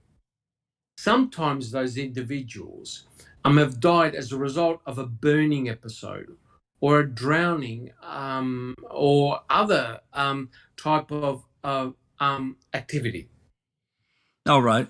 And did you and Dr. Jensen look at several of the cranial fragments during the course of this investigation? Yes, sir, on one occasion. Very well. I'd like to return again to your opinion regarding the homicidal violence. You asked you, why do you believe, based on your examination, that is the correct or accurate manner of death? After having examined all the fragments, and you have just seen one box of 50 different containers that I had the opportunity to sort through to distinguish human from non-human bone, to look for diagnostic human elements, to look for human bone that may have shown signs of trauma, to try and refit fragments that may have come from any one of the 50 different containers. There were two skull fragments in particular that, to me, showed clear and unquestionable evidence for what I consider ante-mortem or before death trauma. All right. Was there anything about the fact that the fragments were burned or calcined that attributed to your opinion on homicidal violence? Well, I think any time remains are burned beyond recognition, and that burning is not of an accidental nature, I think that the fact that these remains came primarily from a burn pit, that the fact that someone attempted to obscure the identity of another individual through burning certainly could be considered part of that umbrella heading, homicidal violence. All right. Doctor, would you look at the next photograph? This is marked, I believe, as Exhibit 190. Yes, sir. What are we looking at in Exhibit 190? We are looking at something that's probably unrecognizable to anyone in this courtroom except myself. There are two skull fragments here. We are looking at the internal side of two skull bones actually three skull bones. I was able to refit these two bones together along this fracture break, as well as a third fragment that fits along this edge. These are three fragments from the left side of a human skull, and one of those fragments shows evidence that I believe would speak to my determination of homicidal violence. All right. If you would take the pointer and describe for us what it is that you're looking at. Yes, sir. The reason I know that this is the inside of a human skull are these vessel impressions, these blood vessel impressions that kind of look like spider webs or an aerial view of a road network somewhere in the country. The vessels that run along the inside of the skull actually sit in these channels. And the positioning of these channels and the direction of these channels actually allows me to make a determination as to whether this bone comes from the left side of the skull or the right side of the skull. These three bones are all part of a bone called the parietal bone, P-A-R-I-E-T-A-L, parietal. And we have a parietal bone on the left side of our skull and a corresponding or mirror parietal bone on the right side of our skull. All right. And what is it about the indentation at the top of the picture here, which is of significance to you, in your opinion, on homicidal violence? When I look at this fragment, there was an area of this fragment that caught my attention almost immediately. And it's this area here that I believe was quite significant with respect to our determination of homicidal violence. To me, based on my experience, this would be considered what's called internal beveling. Now remember, we're looking inside the skull at this moment, and where the hard compact bone of the inside of the skull stops, what you're looking at is kind of a honeycomb looking bone. That is, a bone that's sandwiched between the outside of the skull and the inside of the skull. And whenever there is an unnatural defect to the skull that looks like this, where you have internal beveling, or what some people call cratering of the inside of the skull, it is identified as an entrance wound from a gunshot. All right. Next exhibit. This is exhibit 191. Yes, sir. All right. And what are we looking at exhibit 191? What we are looking at here is the flip side of the three bones we just examined, depicting the inside of the skull. What you are looking at now is the outer portion of the skull, and I would call your attention to this area right here. This is the flip side, or the other side, of the area that I've identified as an entrance wound from a gunshot. All right. Now, I noticed, just so that we can have it explained, there seem to be some colored dots and one arrow on there. If you could tell us, if you know, what are those there? What are those? I would be happy to. The initially, because there were so many fragments to examine, and those fragments each were identified with the location from where they came, I thought it might be necessary to begin to mark the bone, to reference their location of where they were initially found. And what I started to do was to mark those individual fragments that had come from different locations or from the same general location, simply with different color nail polish. Additionally, the skull fragments were also taken to be x-rayed, and whenever any of those fragments showed something unusual and unexpected in the x-ray, those fragments also received a nail polish color, but of a different color to distinguish them from the skull bone fragments that showed no unusual signs in x-ray. Additionally, it's my understanding that this copper-colored arrow pointing to the opening from what I believe is an entrance wound on this left side of the skull. This, I believe, was affixed or placed by staff from the Wisconsin State Crime Laboratory. And as a matter of fact, to whom do you refer these fragments for further radiological or metallurgic analysis? I had made contact with a forensic pathologist at the Middleton Veterans Memorial Hospital in Madison, a Dr. Steyer, Steier, who was able to set up an appointment for me to have these skull fragments x-rayed. All right. And after they were x-rayed, did you have anyone else from the Wisconsin Crime Lab further examine them? Yes, sir. It was my recommendation that these fragments, the fragments that showed unusual signatures, if you will, in X-ray, it was my recommendation that these signatures be examined for the presence of any non-natural element or object other than what we would all expect to see associated with human bone. All right. And were they subsequently examined by Kenneth Olson from the crime lab? Yes, sir, they were. All right.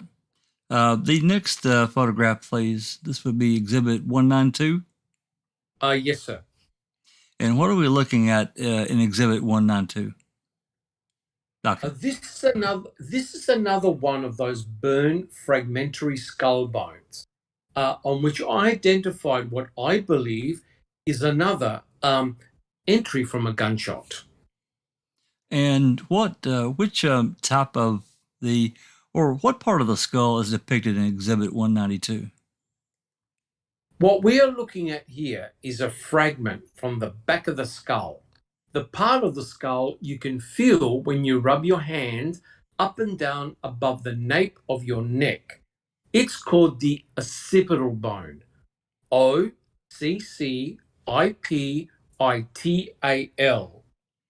All right.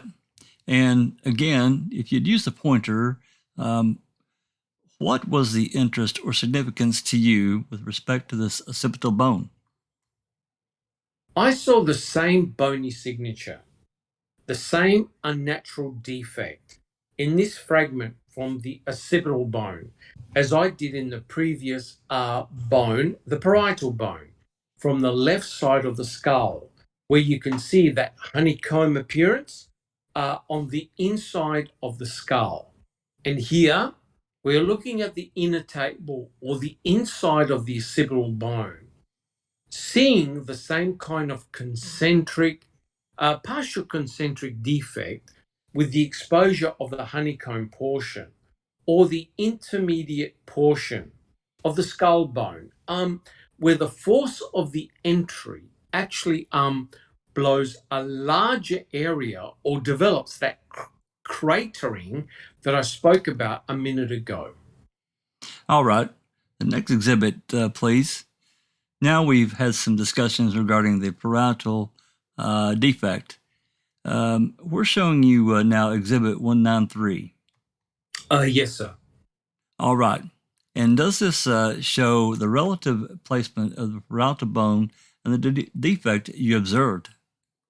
Yes, sir, it does. What we are looking at is a computer-generated image of a human skeleton. And we are looking at that skeleton from, you're looking towards the left side of the skeleton. So we are looking at the left side of the skull. And that area identified with the arrow and the purple or lavender color is the parietal bone, and the approximate location of that initial defect that identified as a gunshot entry wound. All right. Counsel, I'm going to interrupt just for a moment. Are we getting to the close of this, or perhaps it's appropriate to take a break now? Well, I was just thinking of that. We have about 15 minutes or so. Do you want to take a break? Yeah, I think so. All right, we'll take a 15-minute break. Proceed. All right, Doctor, I believe we left off with the discussion of the parietal defect. We're going to go to the next exhibit, see what is being projected now as Exhibit 194. Yes, sir. All right, and what is it depicted in Exhibit 194?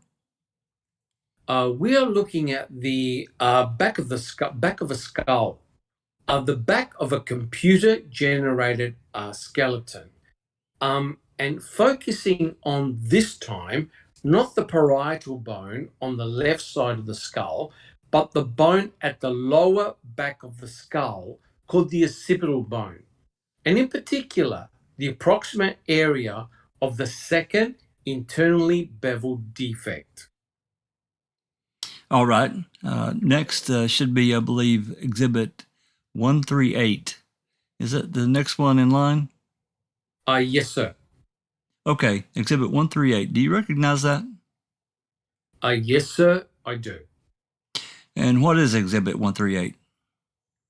We are looking at one of 10 X-rays that was taken on November the 17th of 2005, depicting two of the left parietal bones, and in particular, the fragment that showed the initial unnatural defect and the presence of 4 different radiopaque areas, small particles that are white in color.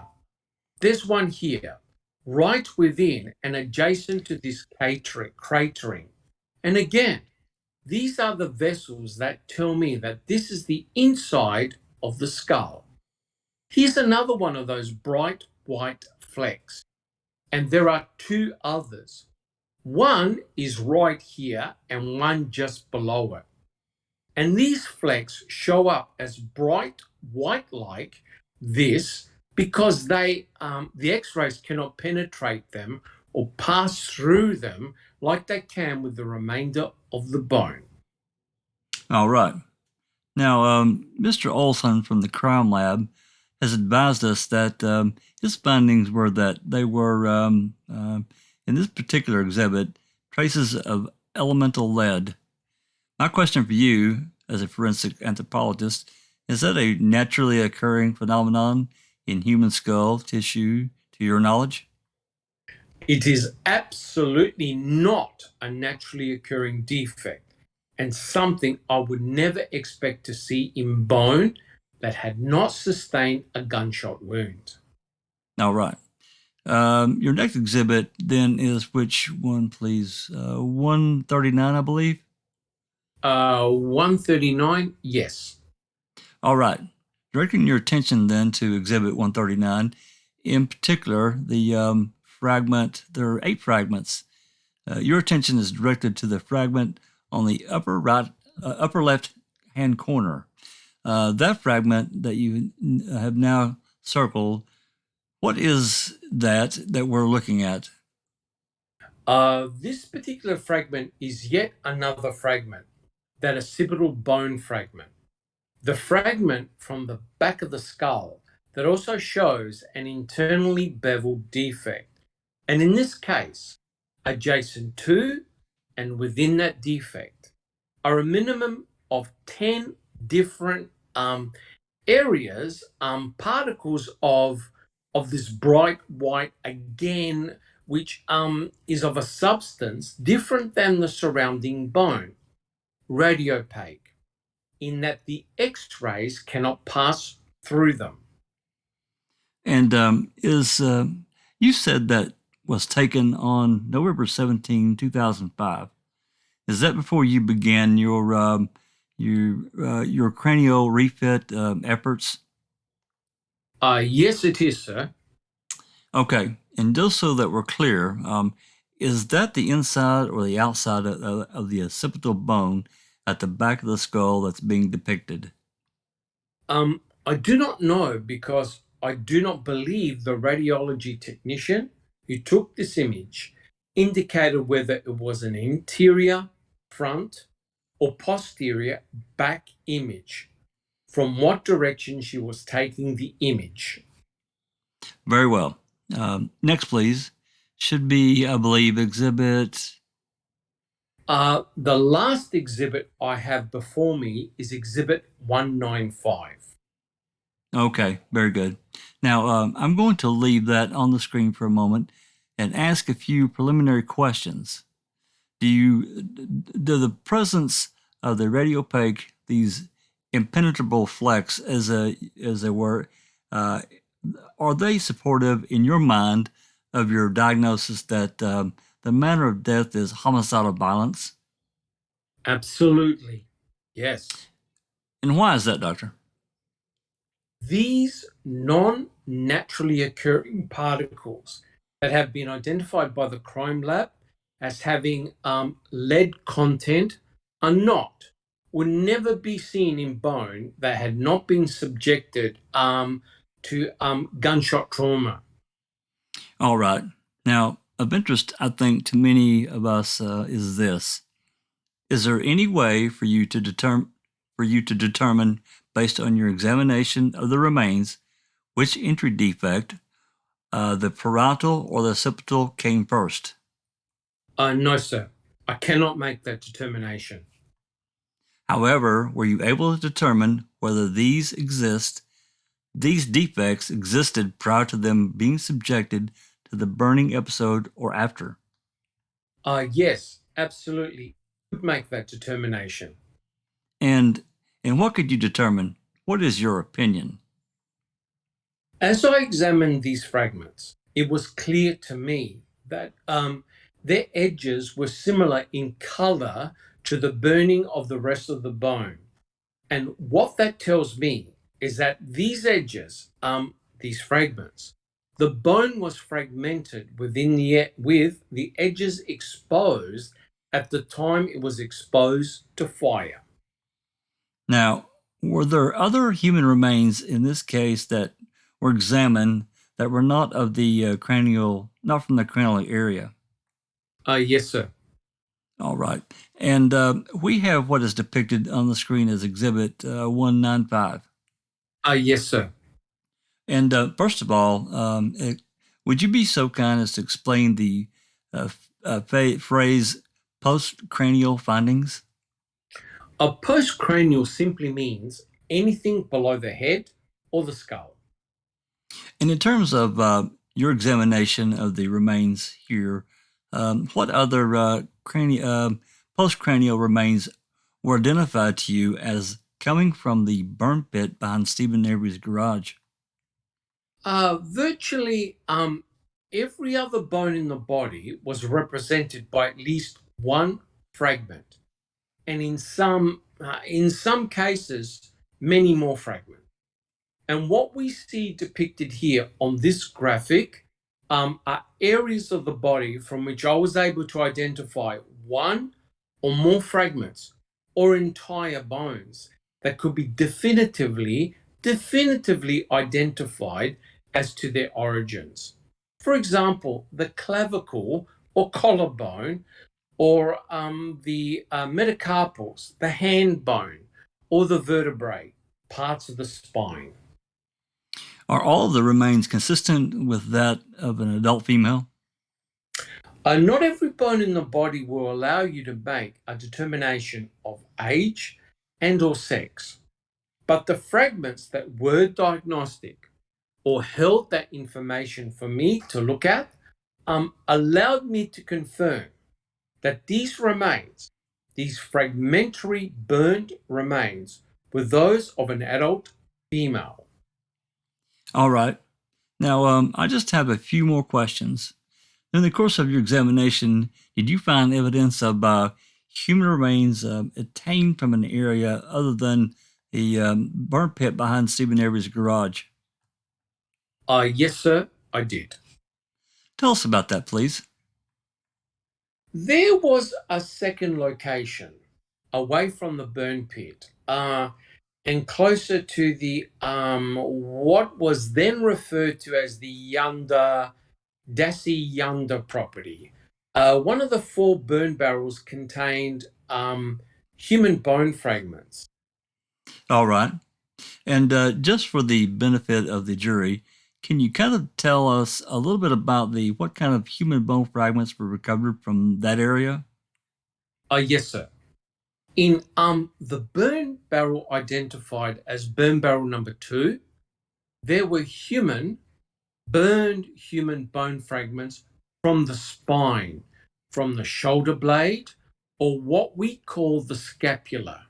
A possible hand bone fragment, what we call a metacarpal, and fragments of long bones that could have been from leg bones or from arm bones. I'm going to show you one other exhibit before we conclude. I'm going to direct your attention to exhibit, I believe it's 150. And do you recognize that? Yes, sir, I do. All right. What is exhibit 150? 150 is a portion of a burned human bone that was recovered with other smaller burned human bone fragments and fragments of a dried or desiccated human muscle tissue. All right. And is this the fragment that you caused to be transferred to the crime lab for DNA analysis? That is one of the fragments that I transferred to the Federal Bureau of Investigation for DNA analysis. Now, in fact, there was a subsequent attempted analysis on a number of fragments which you were unable to identify. Am I correct? There were fragments that whose origin, I knew what bone they came from, that was sent to the FBI DNA lab, but because of the extent of burning to those bones, they were not, in my knowledge, able to obtain a DNA signature. But they did obtain and the crime lab here in Wisconsin did obtain a DNA analysis from some of the fragments. I believe that's correct. All right. Doctor, to conclude, the opinion that the remains were those of an adult female less than 30 years of age, do you hold an opinion to the reasonable degree of scientific certainty? I would qualify that to be consistent with my report. To say the remains were those of someone who is younger than 30 to 35 years of age, correct. All right. And the opinion that the internal beveling observed in the left parietal bone is characteristic of a gunshot or bullet entrance wound, do you hold that opinion to a reasonable degree of scientific certainty? Yes, I do. The unnatural defect in the left temporal area of the skull is the result of a gunshot injury. The opinion of the internal beveling observed in the occipital bone left of the midline is characteristic of a gunshot or bullet entrance wound. Do you hold that opinion to a reasonable degree of scientific certainty? Yes, sir, I do. The opinion that the internal beveling observed in the left parietal bone in the occipital bone occurred before the burning episode. Yes. Do you hold that opinion to a reasonable degree of scientific certainty? Yes, sir, I do. And finally, your opinion that the manner of death for this person was homicidal violence. Do you hold that opinion to a reasonable degree of scientific certainty? Yes, sir, I do. We'd move into evidence of the exhibits identified by Dr. EISENBERG. I believe they're exhibits 183 through 195 and exhibit 199. Counsel, any objection? No. Would tender the witness for cross. They're received. You may cross.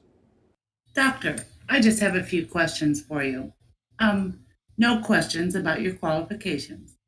I wanted to ask you about the box of items that were provided to you to view, the box of bone fragments. You recall that testimony earlier and the picture of the box that you received to go through? Yes, sir. That was the first of 50 containers that I received to, as you say, go through. It was identified as evidence tag number 8318. That's correct. Okay. Now, the bones were all as the picture depicted? That would be how you received it? No. At the time I received it, the box was closed and sealed with evidence tape. When you opened it, that's how you observed the bones? Yes, sir. They weren't individually packaged within the box? No, sir. Okay. Did you receive any individually packaged bones along with that box? In that box, as we all saw in that photo, there was a clear plastic bag that contained some items that had been segregated from all the items that were collected in that box. Now, you indicated that the manner of death was homicidal violence, specifically gunshot, correct? In terms of my determination of manner of death, yes, homicidal violence would be considered the manner of death. There was evidence for 2 discrete gunshot wounds, and the extreme fragmentation and burning of the body was part of the process, in my opinion. In regards specifically to the 2 gunshot wounds, based on beveling and the 2 skull fracture fragments you received, correct? That's where you came up with that determination or opinion? That is correct, sir. You were able to determine that from your testimony, I understand it, that those skull defects could not have occurred during the burning process? That is correct. Would have to have occurred prior to the burning process? Yes, sir. But would you agree there is no evidence, at least from what you have testified to so far, that indicates that the individual was alive at the time of the 2 gunshot wounds? I cannot make that determination. That's not within my field of expertise. So when you say this is the manner of death, it's more of an educated guesstimate versus an exact determination? Well, I'm not a medical doctor, sir, but based on my experience and having examined other cases that show these characteristic signatures of a gunshot wounds, it's my opinion that it certainly would have contributed to the cause of death. If the person were alive prior to the gunshots, Yes, sir. correct? Okay. Were you present during the 4 burn barrels you testified to? Were you present during the sifting of those burn barrels? To my knowledge, I was not. Although I would like to qualify that answer by saying that I did have, on occasion, on 2 separate occasions, to re-examine material that may have originated from any one of those 4 burn barrels. Okay, that's all. Thank you. Thank you, sir. Any redirect, counsel. No redirect. You may step down. Thank you. You're welcome. I believe there's a trial stipulation. There is. There's an additional trial stipulation. Ladies and gentlemen of the jury, I remind you what I told you earlier this morning about stipulations. They are evidence. I'm going to read the following as trial stipulation. Number 1, Dr. Jeffrey Jetson is the Chief Medical Examiner for Milwaukee County, Wisconsin, and is a board-certified forensic pathologist. Dr. Jensen agreed to be the medical consultant in this case and offered expert opinion as to the manner of cause of death of Teresa Hallback. Number 2, that if called to testify, Dr. Jensen would state that after consultation with forensic anthropologist Dr. Leslie Eisenberg, he reviewed reports, photographs, and x-rays, bone fragments, and other materials surrounding the Teresa Hallback death investigation. Dr. Jensen would testify that his expert opinion, to a reasonable degree of medical certainty, the manner of death of Teresa Hallback was homicide, and the cause of death was gunshot wounds to the head. To the prosecution, is this your stipulation? It is. to the defense. Yes. It will be marked as Exhibit 200. Exhibit number 200. You have an additional witness? I think we can start. We will not finish. All right, please start. State at this time would call Detective Anthony O'Neill. It may take us a moment to set up. That's fine. Just come here, remain standing, and take the oath, please. Please be seated. Please state your name and spell your last name for the record. Anthony John O'Neill. O''Neill. While we're setting up here, I'll ask some preliminary questions. For whom are you employed, sir? The Marinette County Sheriff's Department. And how long have you been employed in the Marinette County Sheriff's Department? Approximately 18 years. And in what capacity are you currently employed? A detective. And how long have you been a detective, sir? Since 1998. And during your time as a detective, have you been asked to interview both witnesses and suspects in your capacity as a detective with the Sheriff's Department? Yes, I have. During the course of your time at the Marinette County Sheriff's Department, have you participated in homicide investigations? Yes, I have. Approximately how many investigations, homicide investigations, have you been involved in? I'd say about 8. All right. And in terms of general investigative experience, how many investigations? Any reference? It's the bulk of my job. Okay, fair enough.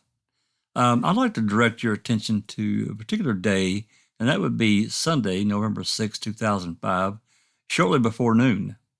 On that day, did you have an occasion to assist the Calumet County Sheriff's Department and the Wisconsin Department of Justice investigation involving the missing person of Teresa Halbach? Yes, I did. And first of all, tell us how you became involved. On the previous day, our office was contacted by the Calumet County Sheriff's Department and asked to assist them in speaking to the Avery family. The family maintains a property in town of Stevenson in Marinette County. Our understanding was that the Avery family was at that property, and Teresa Halbach would have been at the Avery property in Manitowoc County previous to coming up there, and she was reported as a missing person. All right. And who, if anyone else from your department, was involved in assisting the Department of Justice and Calumet County Sheriff? Primarily myself, Detective Todd Baldwin, Sergeant Michael Siegert, and some patrol officers as well. All right. And again, particularly with respect to the late morning, almost noon hour, what role were you asked to fulfill by the Department of Justice and Calumet County Sheriff? We had arrived at the Avery property a little earlier in the day and completed some of the interviews that we started the day before. We were also in preparation of anticipating a search warrant for the 2 vehicles that were located at the Avery property. All right. Now, it might be of some help if you kind of direct that microphone a little bit closer to your mouth, or maybe tip it up a little, I guess. Okay, is that better? Yep, that's better. Maybe the end, just straighten the end out. There you go. That should do it. All right. What were you asked to do? We were asked to stand by the Avery property in anticipation of a search warrant being completed. All right. And what kind of what was the object of the search? The seizure of Stephen Avery's Pontiac Grand Am, I believe it was, and also the Avery Auto Salvage flatbed towing vehicle that was at the property in the town of Stevenson. All right. And who else, in addition to members of the Merioneth Sheriff's Department, were present to assist in the execution of the warrant? Also with us was a Department of Justice Special Agent, Kim Skorlinski. All right. And did sometime come a time where you executed the search warrant and seized the vehicle in question? Yes, the vehicle actually left the premises with 2 occupants, and we subsequently stopped the vehicle in anticipation of the search warrant and seized the vehicle. All right. And who were the occupants of the vehicle at the time of your seizure? The driver of the vehicle would have been Brian Dassey, and the passenger would have been Brendan Dassey. All right. And the passenger, Brendan Dassey, do you recognize him as being present in the courtroom today? Yes, I do. And would you briefly point out where he is seated for the benefit of court and jury? Mr. Dassey seated to the left of me, wearing a white long sleeve shirt, a pair of glasses, dark colored pants, and I believe a pair of sneakers. All right. The record reflect the witness has identified the accused. What happened when you stopped the vehicle with the 2 passengers, the defendant and his brother? When I approached the vehicle, I introduced myself to the driver and Mr. Dassey. Stated for them we had a search warrant for the vehicle and that we needed them to exit the vehicle and that we would provide them a ride back to the property.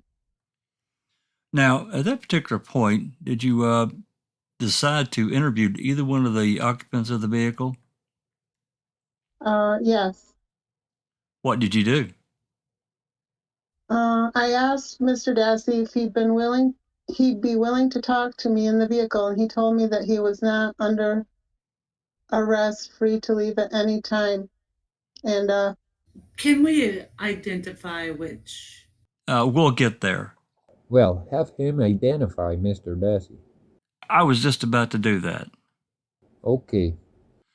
Since there are 2 Dasseys here, if you would refer to them by their first name and last name, that would help. Okay. yes, Did you interview either one or both of them? I interviewed Brendan Dassey. All right. And who, if anyone else, participated in the interview of Brendan Dassey? Detective Todd Baldwin. All right. And while you were interviewing Brendan Dassey, what was going on with Brian Dassey, if you know? Brian Dassey was being interviewed by Agent Kim Skorlinski and his partner. Where did the interview of the defendant, Brendan Dassey, take place? In my unmarked police car. All right. Now, during the course of, let's ask it this way. Approximately how long or how much time did you and or Detective Baldwin spend interviewing Brendan Dassey? I believe it was just a little bit over an hour. And during the course of the interview, was their free given take between the participants in the conversation? Yes, there was. All right. And at any point during the course of your conversation, your interview of the defendant, Brendan Dassey, did he ask you to leave? No. All right. Did he make any other request of you during the course of the interview that you recall? No, he did not. All right. During the course of the interview, did he refuse or decline to answer any of your questions? No, he did not. All right. Now, this interview, was it recorded in any way? Yes, it was. All right. Tell us about what recording device and how that came to pass. In my car, I have a digital audio recorder. It's just a small pocket one. And during the interview, it was in the record position. And once it was recorded, I archived it to our department computer and subsequently sent to the district attorney a copy of that audio file, actually 2 audio files. All right. Now, let me ask you this. Where in the vehicle was your recorder? It was in my visor. I have a visor caddy, so it's placed up there. All right. And who sat in the front seat of the car? I sat in the driver's seat, Detective Baldwin in the passenger front. All right. And where did Mr. Dassey sit? Brendan sat in the back seat, passenger side. All right. Now, during the course of this, did Mr. Dassey audibly respond to all of your questions? For the majority, yes, but he's a very much nonverbal responder as well. All right. So, what type of nonverbal responses or cues were you receiving from him during the course of the interview? Sometimes he'd go, in that sense, not an affirmative yes or no, or ugh. And then those were the responses that were outside yes or no, or any explanation. But then we also look at nonverbal type responses as well. All right. And did you receive from time to time nonverbal responses during the course of this? Very much so. All right. And thus, the recording that we're about to play does not contain all of the. There's no way no way of capturing the nonverbal responses. That's correct. All right. During the course of this interview, did you promise Mr. Dassey anything in an effort to get him to talk to you? Not at all. Very well. Your Honor, at this time, I guess we would begin to play the interview. Recognize that it may go and will go longer than 12. So, do you have an idea as to when you'd like to? Yeah, we do have. There's 2 parts to it, so we might be able to take a break at the end of part 1. How long is part 1? Probably about a half an hour. Okay, let's do that. All right. Start the playing, and we'll cut out after part 1. Okay, very well. All right. Do you want this taken by the reporter? No, we actually have a copy for the court, Judge. I don't have any objection to the Counsel. reporter not taking it. Just one moment. While they're talking, is there a transcript as well? I believe we have this is a closed caption, so it will be a read along or follow along. I understand that, but is there a separate has someone transcribed this? We can check, Judge. Your Honor, I don't believe it would be necessary for the reporter to take this portion down, so long as it consists solely of the audio that this witness has described. And we're not stopping and starting for questions of the witness. And is that Mr. Fallon, is that what you listened to play this completely? Yes. We're going to play this one at least, and I would say pretty much all the way through, and then we'll have some follow-up questions for Detective O'Neill and perhaps Detective Baldwin as well, and tender them for cross. Counsel is providing me. We do have a typed transcript that we could utilize as an exhibit, or our preference was simply going to mark the audio copy as the official record and All right. use that as an exhibit. Any objection to doing that, counsel? None. Marking this audio copy. That's fine. Or the CD? Right. Okay, that then would be Exhibit 201. It will. May we approach? All right, proceed. Is that the first disc? That's the first half, or we're about halfway through, so it probably would be a good time. Sure. We'll break for lunch. We were back here at 1:15. Ladies and gentlemen, I remind you, don't talk about this amongst yourselves or with anyone else. We'll see you at 1:15. Before we have the jury back here, it's my understanding, Mr. Edelstein, that you wish to put some matters before the record. Yes, Your Honor. Thank you. Not long after the last witness, Detective O'Neill, took the stand and the government started playing an audio of an interview of November 6, 2005, we did have a bench conference. And for the record, I'm asking the court to memorialize that. We'd have an objection to the visual display of the closed captioning with the highlighting of the line purportedly being broadcast through the audio being highlighted in a very bright yellow. As the court, I'm sure, is aware, the courtroom is set up with those monitors. I think everybody could agree that the jury is pretty much split down the middle, some looking to the left, some looking to the right, in order to try to follow along.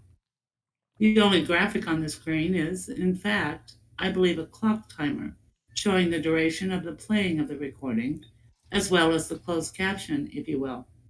But it does contain the highlighted yellow portion. It's specifically to the yellow portion that we object. I believe it places an undue emphasis on the printed word as opposed to the spoken word, which is really the place the jury should be focusing, not on somebody else's transcription of what they believe to be the conversation to be. And for that reason, we have objected and do continue to object to the yellow highlighting. We have no objection to the display of the rendition, particularly if the court were to give the instruction I believe the parties have agreed upon. Before I ask for a response from you, Attorney Fallon, I think what Mr. Edelstein has said accurately summarizes his objection raised at the bench conference.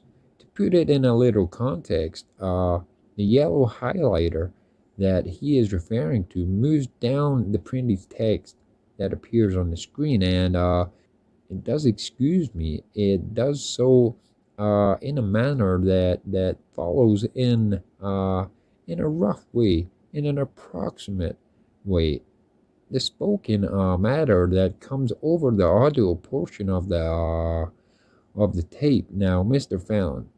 Yes, thank you, Judge. I understand the counsel's concern, but I guess I have two practical responses. First and foremost, I don't believe, and this is, of course, a judgment call on the part of the court, but I don't believe that the highlighting necessarily overemphasizes the particular line in which is being broadcast or spoken at the very moment. In fact, the whole idea for the captioning and the yellow line is to try as best as possible to sync together the audio words with the written word and thus make it easier to follow, especially, I might add, in case where one of the participants in the conversation is a very soft-spoken individual, and there is some distance between that individual and the recording device. So in that regard, I do not believe that it overemphasizes this because it's a momentary thing, and the yellow line or highlighter or cursor follows the conversation in that regard. So I don't think it's an overemphasis. Secondly, and equally important, if not more so, is the fact that there is an instruction that we've agreed upon. Counsel has written it up counsel for the defense, and I would encourage the court to read the instruction to the jury at each and every point that we're going to play one of these audio recordings, whether they are closed captioned or not, because the instruction is, and we're all, I think, all the attorneys are in agreement that the law is that the jury must first rely and trust the spoken word rather than the written word. There's some incongruence, and I think that would take care of the matter. Why don't you bring it up here? All right. Mr. Edelstein, you've agreed to this instruction? I actually drafted the instruction, Judge. Presumably, that means you agree. Yes, we do. All right, all right. The court is going to find just as for the record here that the yellow highlighter, I believe to be an assistant to the trier of fact in this case, that some portion of the audio are seemingly obstructive, in that one of the participants in this back seat of the car, two of them are in the front seat of the car. There isn't a perfect timing in doing this. The yellow highlighter brings to the screen the attention of the listener exactly what is being said.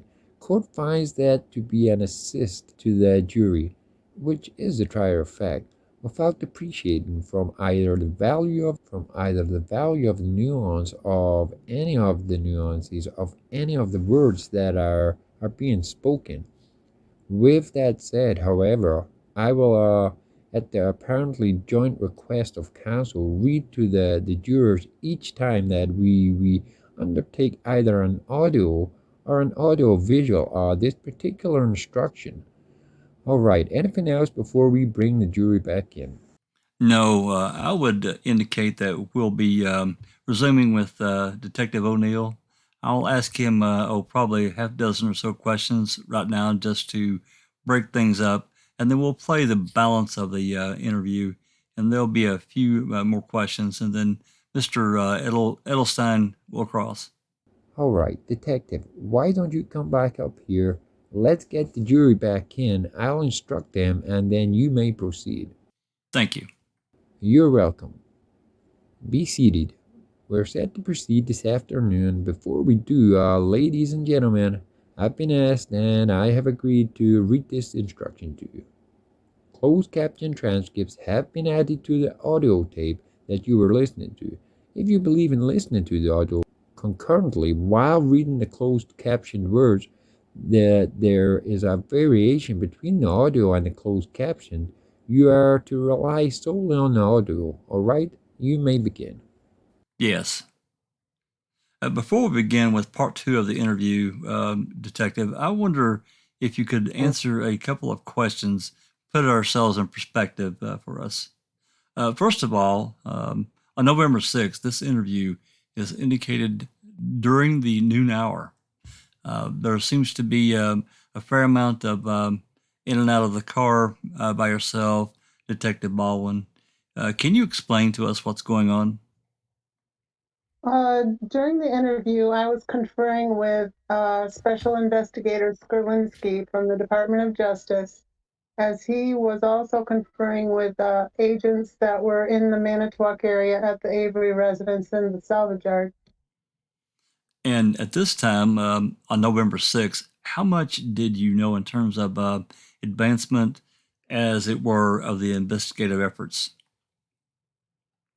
Not much more than what I knew the day before, and that was very minimal as well. All right. And what was that? Our initial request was for the assistance and trying to obtain information from witnesses that had last seen Teresa Halbach, which would have been the Avery family, or particularly Stephen Avery. And outside of that, we were made aware that Teresa Halbach's vehicle was found in the Avery salvage yard on that Saturday, as well as, I think only that Sunday, that there was or was it a Saturday, a burn barrel that had been some charred pieces of electronics that were found inside of it as well. I think that information was about the only information that we had outside of Teresa Halbach being missing. All right. And so were these entries and exits of the vehicle or efforts of, on the part of you and Detective Baldwin to learn more of the state of the investigation?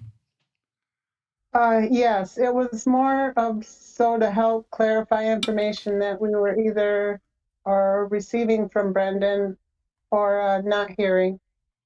All right. Now, there were one point here. There was a question that was asked of you by the defendant, Mr. Dassey, about did he do it? Where did that come from? I don't know. I mean, it came from Mr. Dassey, and it was kind of confusing along the idea that he talked about, do you think he raped her? And up until that point, there was never even mentioned about any type of sexual assault or homicide or kidnapping or anything other than Teresa Hallback being at the Avery property and missing. All right, very well. I think we'll continue with the presentation of the interview. Detective O'Neill, where were you when the tape ends in the terms of physically? Seated in the driver's side of my car. All right. And where was your vehicle? Had Brendan been returned yet to the family residence up in Crivets, or were you still on the roadside there? Still on the roadside, just getting to return him back to there. All right. And after the interview was completed, where was Brendan taken? Back to the cabin on the Avery property. All right. And do you know who provided transportation for him? I believe I did. All right. Do you know who was present at the Avery property when you dropped him off? I don't recall.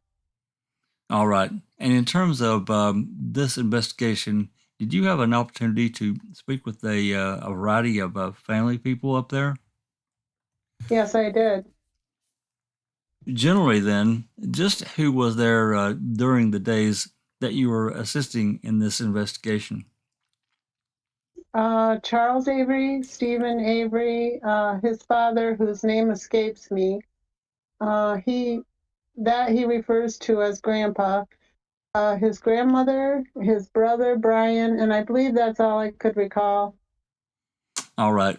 Now, first of all, tell us generally about Mr. Dassey's demeanor during the course of your interview with him. Looks like, according to the tape, about an hour and 20 minutes total. I interview a lot of people, and Mr. Dassey's demeanor was different in that during the conversation, he was almost to a point of being engaged when he wanted to be and disengaged when he didn't want to be, just as what I'm observing a lot today. All right. If it was something that we were talking about that he was okay to talk about, he was actively engaged. He'd tell you about it, bang, bang, bang, and move on. When it comes to specifics regarding Teresa Hallback, Stephen Avery, what happened on that day, he wasn't as engaged, and he went into an inner struggle physically. He'd sit there, head down, withdrawn, motionless, and answers would be muffled.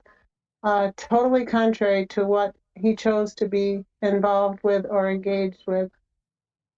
It was his demeanor that I felt from all the years of training and experience I've had with dealing with people, an inner struggle, a conflict. He was hiding something. It was not going to be a 10-minute interview as to what he saw. That there was something more.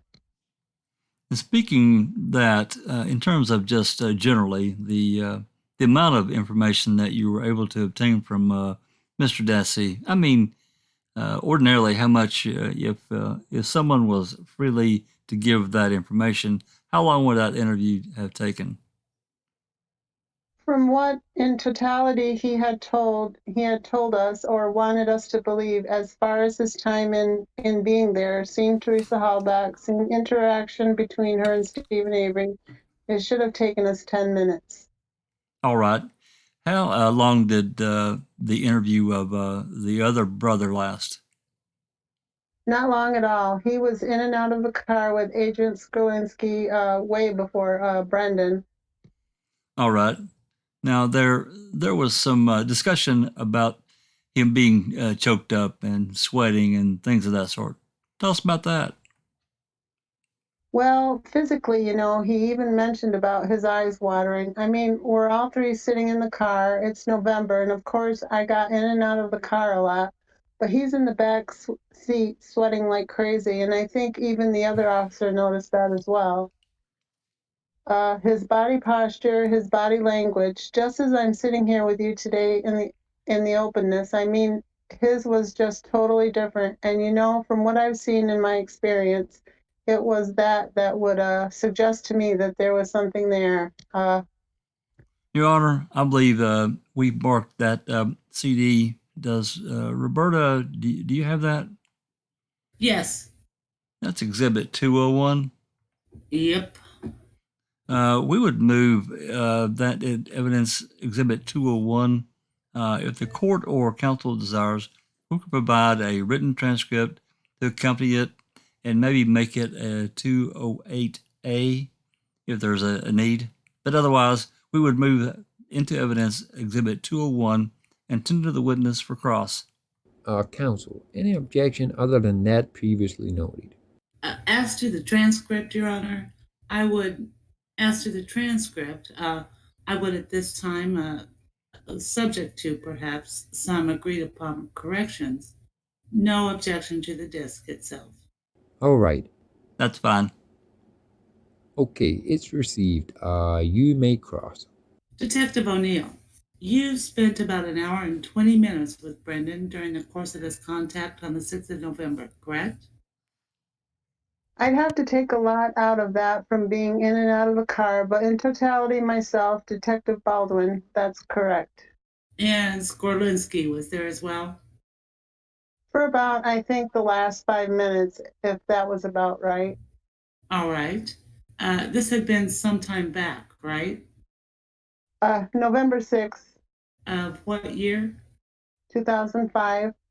All right, 2005. It's a while back, right? Yes. Before coming to testify today, did you have an opportunity to discuss with anyone your testimony to help you be prepared for this jury? I discussed with the attorneys that I read the transcripts, some of the points that they asked me about in the transcripts. On the way down here, I listened to both audio recordings. It's a 2-hour drive for me. I tried to bring myself up to speed, of course, because of the time and also other things and matters that we have going on in Marinette County. Yes. I'm sorry? What about Marinette? Other things that we have going on, other cases and so forth. So I try to refresh myself with the attorneys as well as my own records, the audios. I don't want to get confused now. On the way, are you talking about on the way down here? You talked with these attorneys about things happening in Marinette? No, outside of your question about if I had talked to anybody about what I was going to say today. Right.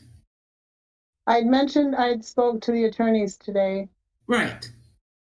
And then also I reviewed my notes and the audio recordings on the way down here. Did you speak with any of the other officers who were involved in the investigation in this particular case? I believe I spoke to Detective Baldwin. Did you and Baldwin come down together? No, sir. But you talked to Baldwin prior to testifying here today? Yes. Now, you knew that the girl's name about whom everyone was concerned was Teresa Haba, right? Yes.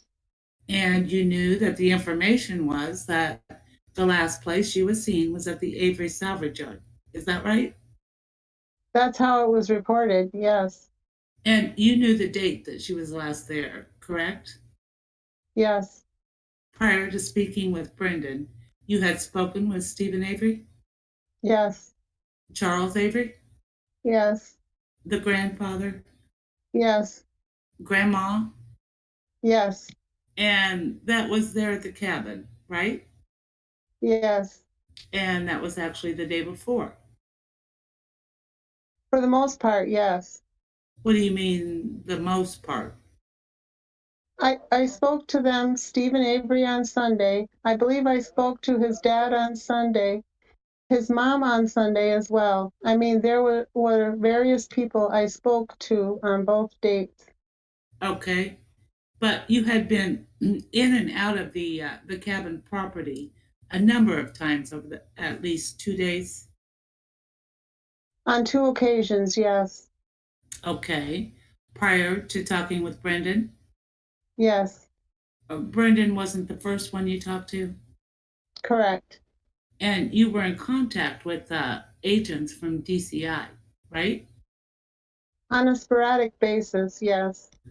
Did you have daily contact over the course of the 2 days with Skorlinski? I spoke to him a couple times, maybe 4. How many times had you personally met with Skorlinski before you spoke to Brendan? Twice. And where was that? I believe he came up on Saturday night, and I would have met him then, and then also on Sunday morning. Prior to the Pontiac and talking with Brendan? Yes. And the two of you, along with others, including Baldwin, for example, you kind of laid the game plan out as far as who was going to talk to which of the boys, right? It was spontaneous, but we decided that we'd talk to them since we had the opportunity. Yes. All right. Well, the truth of the matter is, you had the opportunity over at the cabin to talk to him if you wanted to, didn't you? No. And why was that? We were pretty busy and we just didn't get to him. You stopped the Pontiac on what day of the week? Sunday. Okay. And what time did you do your last interview on the day before on Saturday? It definitely was sunset. It was a pretty important case, isn't it? Yes. I don't mean to give you a hard time, but you can work past sunset, can't you? You live in the country. Oh, you live in the county. You know your way around? Well, what kind of case are you referring to at the point that I was dealing with it, sir? Well, on that Saturday night, you were working with what you understand to be certainly, at a very minimum, a missing persons case, right? To my understanding and clarity that day, it was a missing person case, yes. And was it important to make contact with individuals who may have had the last contact with this girl? Correct. That's why you were there Saturday? Yes. And you talked with a bunch of people that Saturday, but you left out what you're telling the jury. You left out about sunset. I believe so, yes. Did you inquire on that Saturday as to the whereabouts of Brendan when you were at the Avery property? I'm sure I knew he was there. Pardon me? I'm sure I knew he was there. So what stopped you from talking to him on Saturday? Because up until the point of where we got on Sunday, there was no need to talk to him. So you say up to a point on Sunday. What happened between Saturday evening and Sunday? About 12 hours. Well, can you be a little more specific? What happened that caused you, besides the lapse of 12 hours time, that you deemed it important at this point to talk to Brendan? Brendan was not the last person reported to see Teresa Hallbach. Let me ask you this. Start. I'm trying to answer your question. Okay, go ahead. Okay? We talked to various people in the family. We spoke to family members and basically gave an order of importance. And Brendan came up Sunday. When did you exactly learn that the bus driver reported passing that area at roughly 3:45 on the 31st? You knew that on Saturday, didn't you? No, I did not. When did you learn it? On Sunday, when Agent Skorlinski and I conferred outside the vehicle. when Brendan was being interviewed. Now, you had, what was your purpose in going over there on Sunday? I believe the purpose was the search warrants for the vehicles. Okay. Besides learning from, was Brendan already in your police vehicle when you learned from Skurlinski that this information had been developed about the bus driver? Yes. Okay. And during the course of this hour and 20 minutes, do you know when that was? I may, but I want to back up just 2 questions before. No, I'd rather you answer my question. The government will get their chance.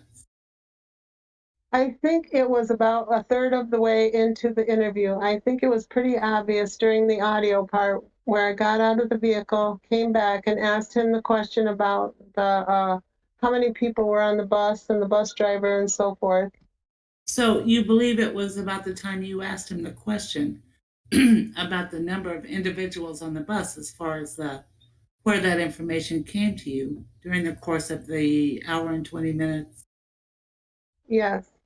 Now, Skurlinski is the one who actually made application for and obtained the search warrant for Stephen Avery's Pontiac, right? I'd have to see a copy of the search warrant, but I believe so. Do you know when that occurred? The execution of the search warrant? Correct. The seizure of the vehicle was on Sunday. I don't know when I actually did the search of the vehicles. Okay. Do you know when Skurlinski actually got the warrant? Objection, relevance. Overruled. No, I do not. But you know it was before Sunday, correct? I don't recall. Detective, obviously, you filed and prepared some reports as a result of your activity in this case, correct? Yes. And you testified earlier that you had reviewed some of your notes to help refresh your memory for purposes of testifying. The transcript and the audio recordings I did. Okay. I thought you said your notes. I probably did, but it was a transcript and the audio files. I don't recall that I actually looked at the report, although I had a copy of it in my folder. Did you look at any notes that you made of your activities, which you would ordinarily make to help you prepare reports, for example? Not recently, no. Would those notes indicate when you learned that Skurlinski had obtained the search warrant for the Pontiac automobile? I'd have to review the reports. The report or your notes? I don't have notes. There's a report that I produced. Now, are you the one who actually stopped the Pontiac automobile? No, I'm not. Do you know who did? I believe Deputy Degnitz. Okay, and what time was that? Could you spell that last name, please? Degnitz, before noon. Can you be more specific? I got there, I think, put down like 11:50, so shortly before that. We were only maybe half a mile away. Okay, so if your report says at about 11:55 a.m., you and Baldwin met with Degnitz on Parkway, you wouldn't take issue with that? After he made the stop, we did. I don't know. Okay, had he already stopped the Pontiac? Yes. And who's the one that directed him to stop the Pontiac? I believe one of the officers, either myself, Detective Baldwin, or Agent Skurlinski. And you don't remember if you were the one who this is a deputy within your department, right? Yes. And you can't tell us who, whether you have an independent memory of telling one of your own deputies in your department to stop a vehicle where you have a search warrant? Objection, relevance. I am going to sustain that objection. Move on. So, to the best of your recollection, was the vehicle stopped by the time you got there? Yes. And I believe you testified that you and Baldwin took Brendan into your vehicle, right? We asked him if he would talk to us in my vehicle. He said yes. Oh, what happened to his brother? He went and talked to Agent Skurlinski in his vehicle. Was it just Skurlinski over in his car? I think Skurlinski also had a partner. Her name escapes me. I only met her once. Is that the one referred to in your report as Deb? Perrin, unsure last name. I believe so, yes. Okay. Now, before you had never met Brendan, right? No, Okay. Other than the fact that he was related, perhaps, to Stephen Avery or some of the other members of the Avery family that you had just visited with the day before, you didn't know anything at all about him, did you? no, Did you know how old he was? yes, And where did you get that information? from him. No, I'm talking about before you talked with him.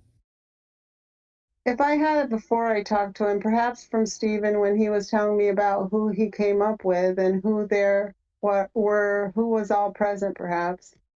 Stephen didn't tell you that he came up there with his nephew accompanying him, did he? No, You didn't know what grade he was in? I don't recall what grade he was in. No, I'm asking you, did you know prior to making contact with him on Sunday, November 6th, what grade he was in? No, You didn't know what school he went to, did you? no, You had no idea whether you were dealing with what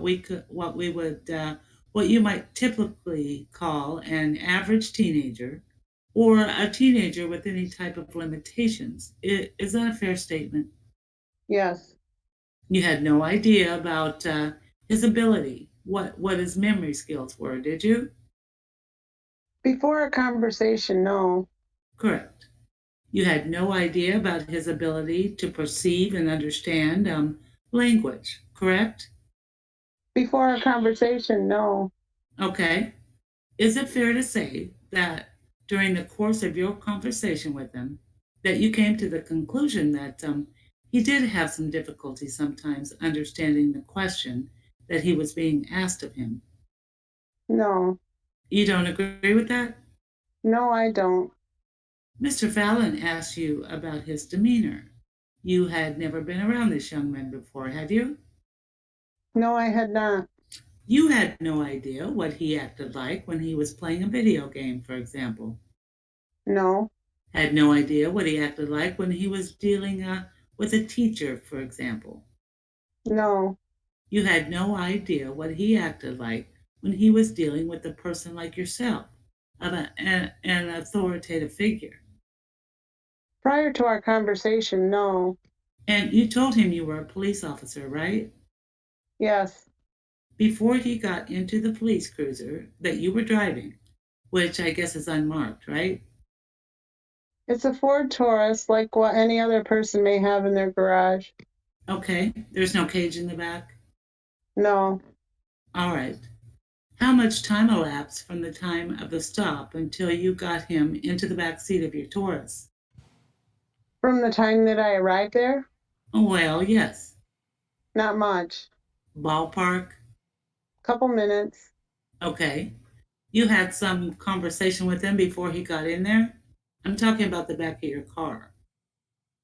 Other than introducing myself, asking him if he'd like to come in Right?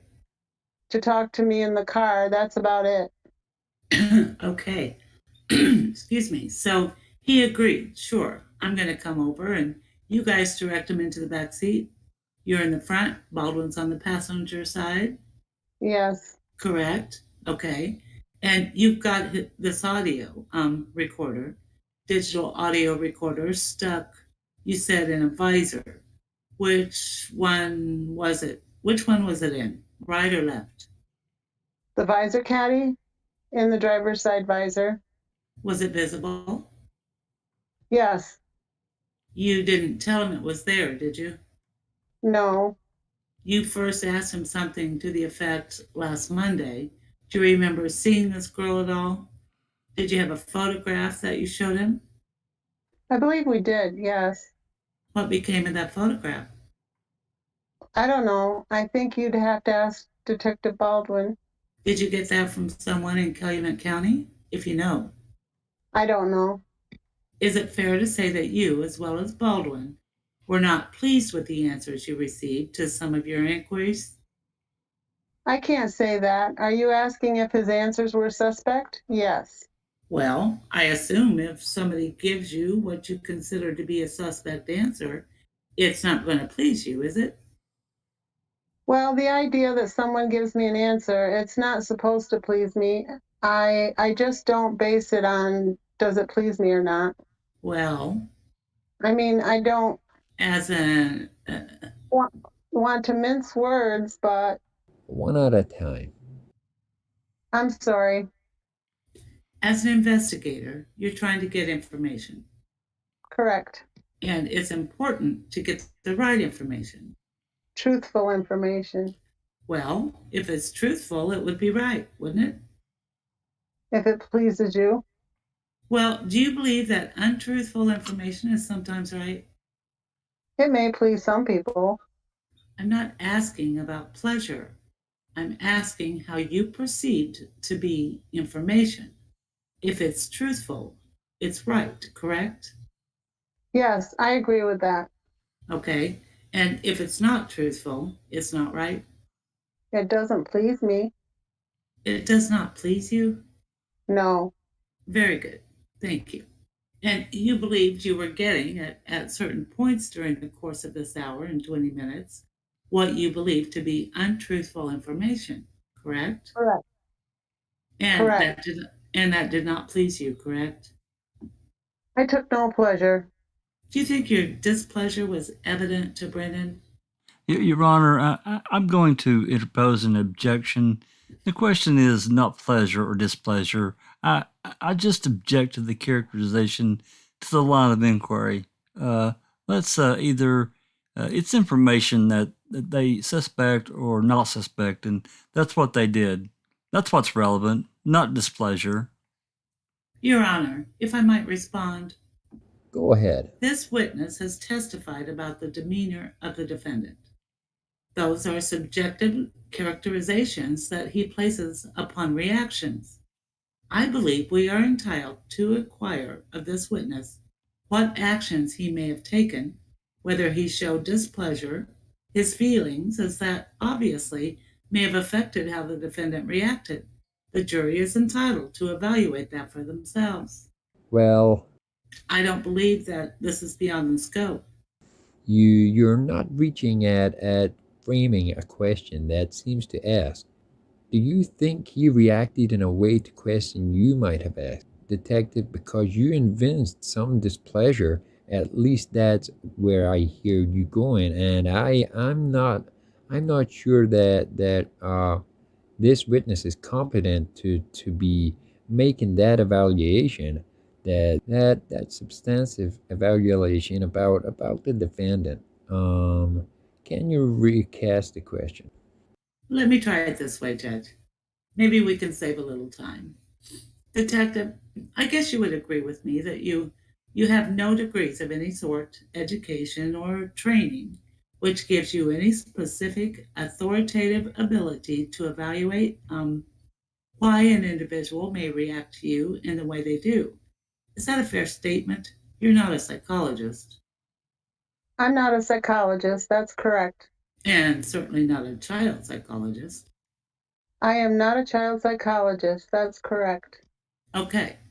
How far into the interview, that took about an hour and 20 minutes, did you become confrontational with Brendan? I wasn't confrontational with him. May I approach, Your Honor? Go ahead. Detective, if you would, and ignore all the colorful marks on here. Does this look to be, these 2 pages look to be, or 3 pages, I'm sorry, look to be a copy of the official supplemental report from the Marinette County Sheriff's Office Investigative Division that you prepared? Yes. That's a yes? Yes. Okay, and for reference numbers for the record, it's complaint 054120, right? Correct. And I'm making reference to page 1 of 3 right now. Yes. Would you guys just talk into the mic just for our juror here?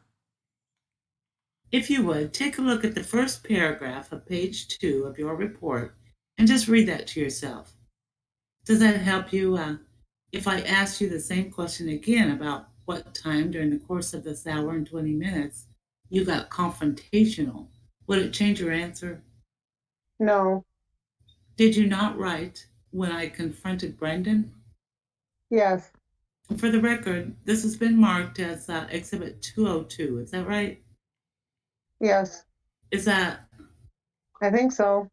This is the same report we were just talking about? Outside of the highlighting and circumstances, yes. Well, you wrote in that report that you confronted Brendan, right? Confronted, yes. Is that different than my understanding of being confrontational? Yes. Help me out here. Explain it to me. Explain it to this jury.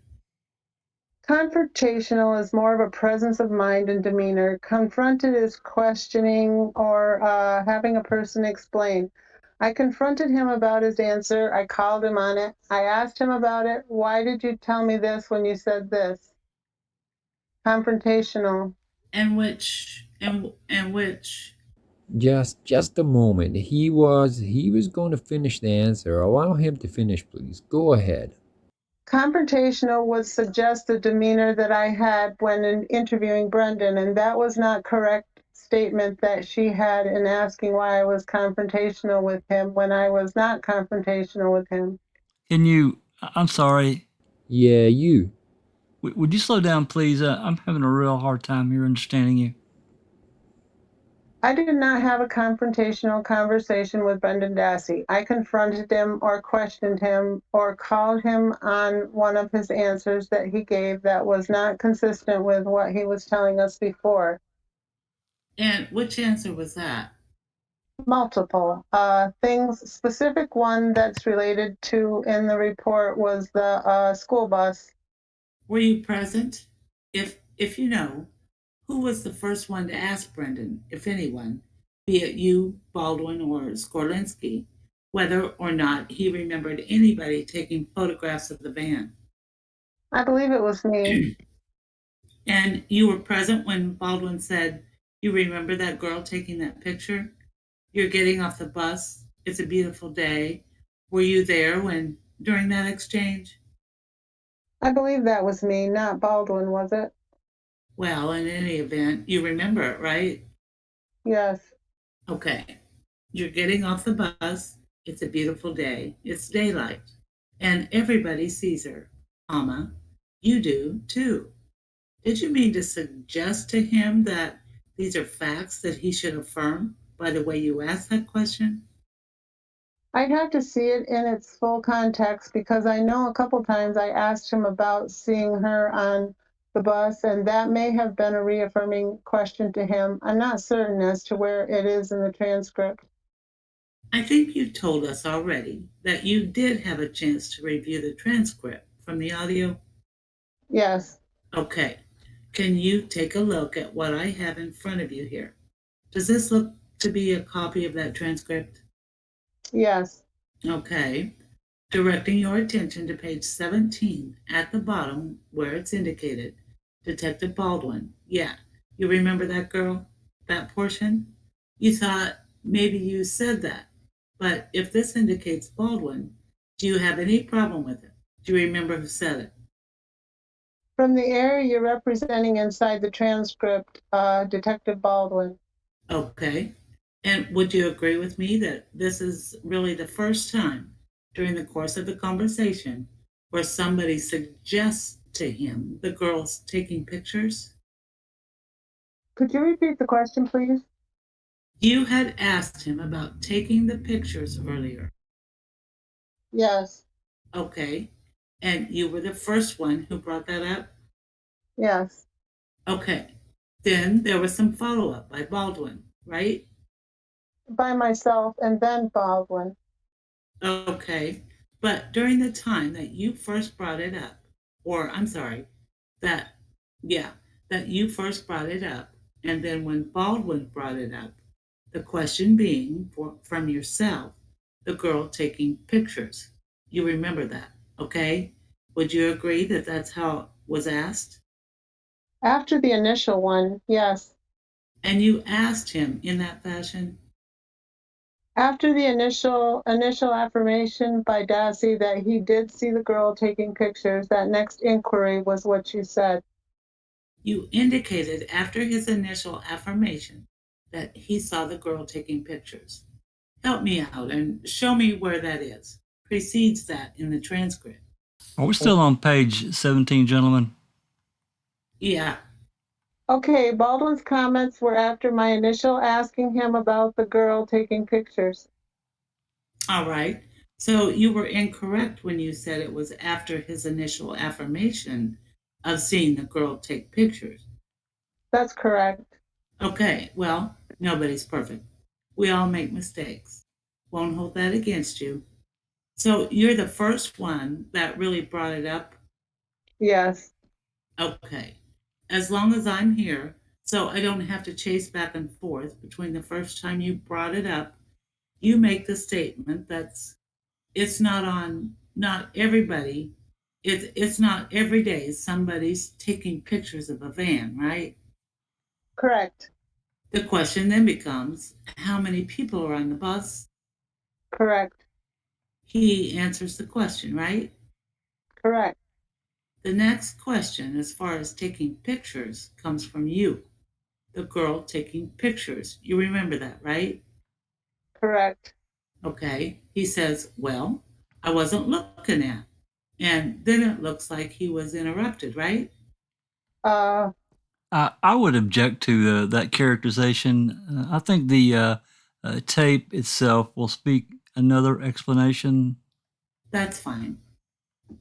In any event, there's no answer to that. He does not affirm or deny what you're asserting, correct?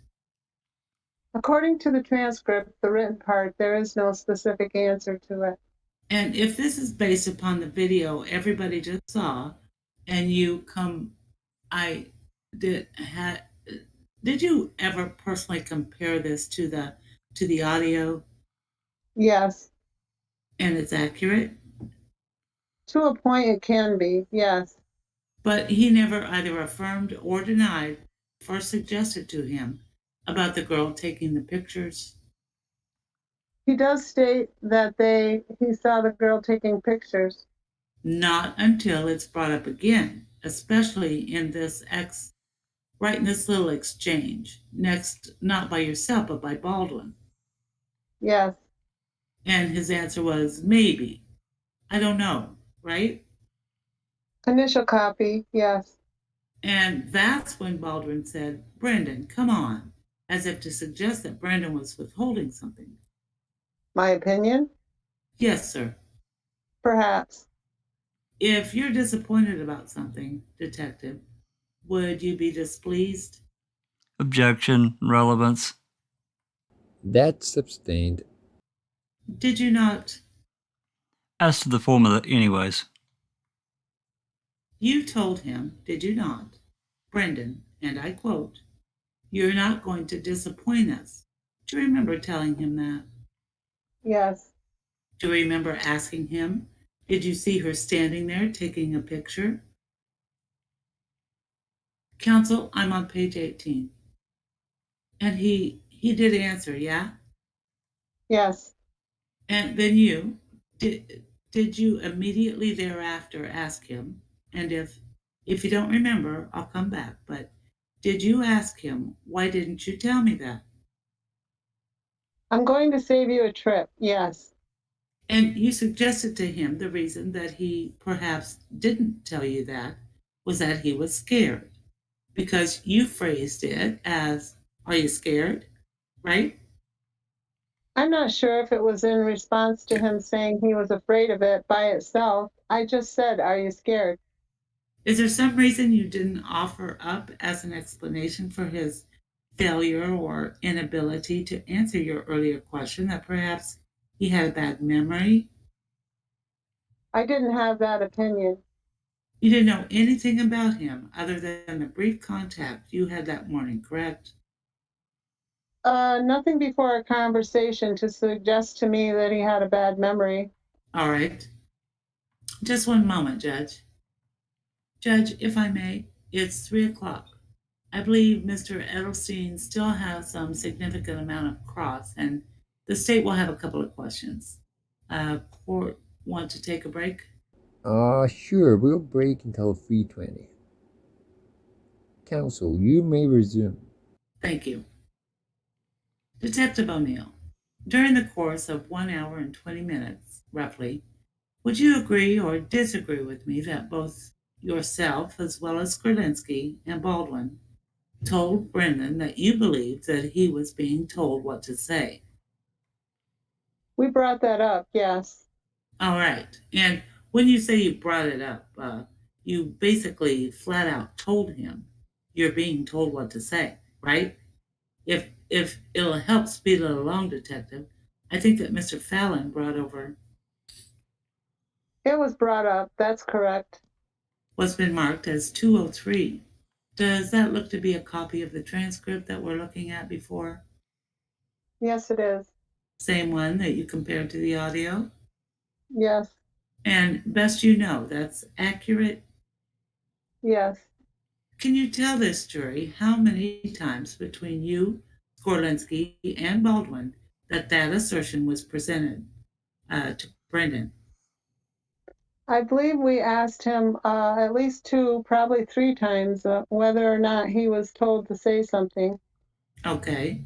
Can you tell this jury how many times during the course of an hour and 20 minutes that you had with Brendan that lies were told to him by either you, Skorlinski, or Baldwin? No lies. Would you turn to page 33, please?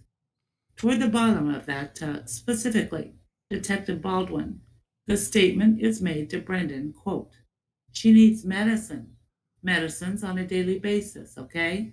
Do you see what I'm talking about? Yes, I do. It's not true, was it? It's standard deception practice used by investigators. Okay, well, I don't want to go down the displease rows again, but can you tell me the difference between what you said, standard deception practices, and a lie? I didn't say lie. Deceptive practices that we may utilize as far as what responses we get from the question. Would you agree with me that a lie is something that's not true? If there's a benefit gain, that's ill will, yes. I'm sorry, could you repeat your answer? If you could repeat your question. Okay. I'm sorry, you're asking about a lie, and if this was a lie? I'm trying to understand whether when you use the phrase deceptive practices, whether, let me ask it this way. In your business, does a deceptive practice contain intentionally false information that is conveyed to another person? It's allowable to use some trickery and deceit. I'm not asking what's allowable. I'm asking what it is. Something in the idea of what we had asked him concerning the medications that she would need, yes. You're not answering the question, Detective. Would you re-ask it, please? Did you understand my question? If you're asking me if I lied or if Detective Baldwin lied to him, I'd say no. All right. When the statement was made to Brendan, quote, she needs medicine on a daily basis, you acknowledge that the statement was made, correct? Correct. And you acknowledge also that when it was made, neither you nor Baldwin had any basis for believing that that was a true statement. Isn't that also correct? True. All right. You, Baldwin, and Skurlinski implored him to tell you the truth, correct? Yes. In addition to the deceptive practice, lie, misrepresentation, however you want to characterize it, about the medicine, it was also suggested to Brendan, in a similar fashion, that his brother was looking out the kitchen window. Do you recall that? Do you have a page for that? I'll have to find it, Judge. I know it's in here. Page 30, please. You see at the bottom there, Detective, by Baldwin, you and your brother both? It's the third entry from the bottom. I see it. Okay, it recites, you and your brother both sat there and looked out the window at her, right? Yes. You had no basis for believing that to be true, did you? I didn't make that statement. Well, I can't say for that statement. all right. You were in and out of the vehicle during this hour and 20 minutes, right? Yes. It was November. Do you remember what the temperature was that day? It was cool. Give me a range. If you don't remember, that's fine. I would say close to 35 to 40. All right. Was the heater on in your vehicle? I don't recall. Do you remember if Baldwin turned it off because Brendan asked him to, or turned it down? Not while I was in the vehicle. Okay, so if it happened, it might have happened when you were out talking to Skordlinski. It may have. I don't. Okay, when you got out, that's what you were doing, weren't you? You were going back to talk to Skordlinski, For the most part, yes. and you were sort of reporting to Skordlinski what the progress was as far as gaining any information from Brendan, right? Sometimes, yes. All right. Do you know how many times that you told Brendan that he was not telling the truth? No. But you acknowledge that it happened on multiple occasions during the course of this hour and 20 minutes, right? It may have, yes. Well, now, you testified on direct that I think when Mr. Fallon first started having you explain your involvement in this matter, I believe you said the information that you had was minimal. Do you remember that testimony? Yes. Okay, but actually, you had certainly not every piece of information, but you knew more than just name, rank, and serial number, so to speak, didn't you? You had some very Objection. specific details. Name, rank, serial number is vague. All right, that's fine. Rephrase that, please. For example, Detective, you knew that a vehicle had been found on the Avery property, Yes. and you knew that that vehicle had been checked by a registration and VIN and all that, and that it was Teresa Hallbox. There was presumptive that it was, yes. Okay, so you presume that that was in fact the case. All right, and in addition to that, you also knew that the vehicle had been in some respect apparently concealed. Yes. Okay, you knew that Teresa Hallbach worked as a freelance photographer, correct? Yes. You knew that she worked with the Auto Trader magazine. Yes. You know that she had been at the Avery property or was scheduled to be at the property on the 31st of October. Yes. You knew a bus driver had reported seeing her at the Avery property on the 31st of October. That Sunday? Yes.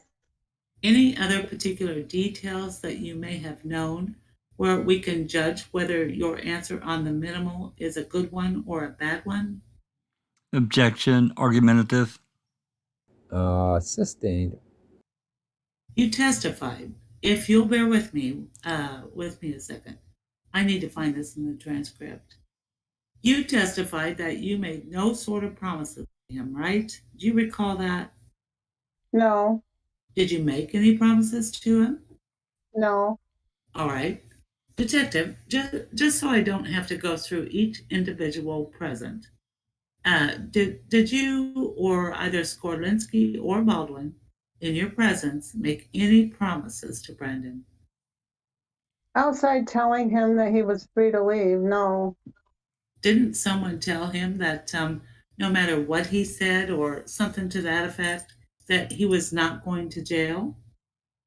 He brought up the idea that he was afraid that we'd take him to jail. I remember that. All right.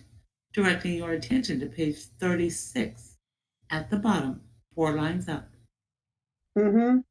You said, okay, Why did you not tell us the truth about when you saw her leaving? Answer, I was scared. Right? Correct. Is there some reason? Well, if what was the very next thing that you said in response to his assertion he was scared? Okay, let's get beyond being scared. All right, Continue. let me stop you right there. So you wanted to get beyond this issue of being scared. Is there some reason you didn't explore that more if your goal is to gather as much information to get the truth of what happened, why it happened, who did what? I did. Why did you tell him then, okay, let's get beyond being scared? Because we had to deal with that part of it. With what? I'm sorry? We had to deal with his fear. That part, if he was scared about something, let's get beyond being scared. Well, I take that to mean that, let me ask you this.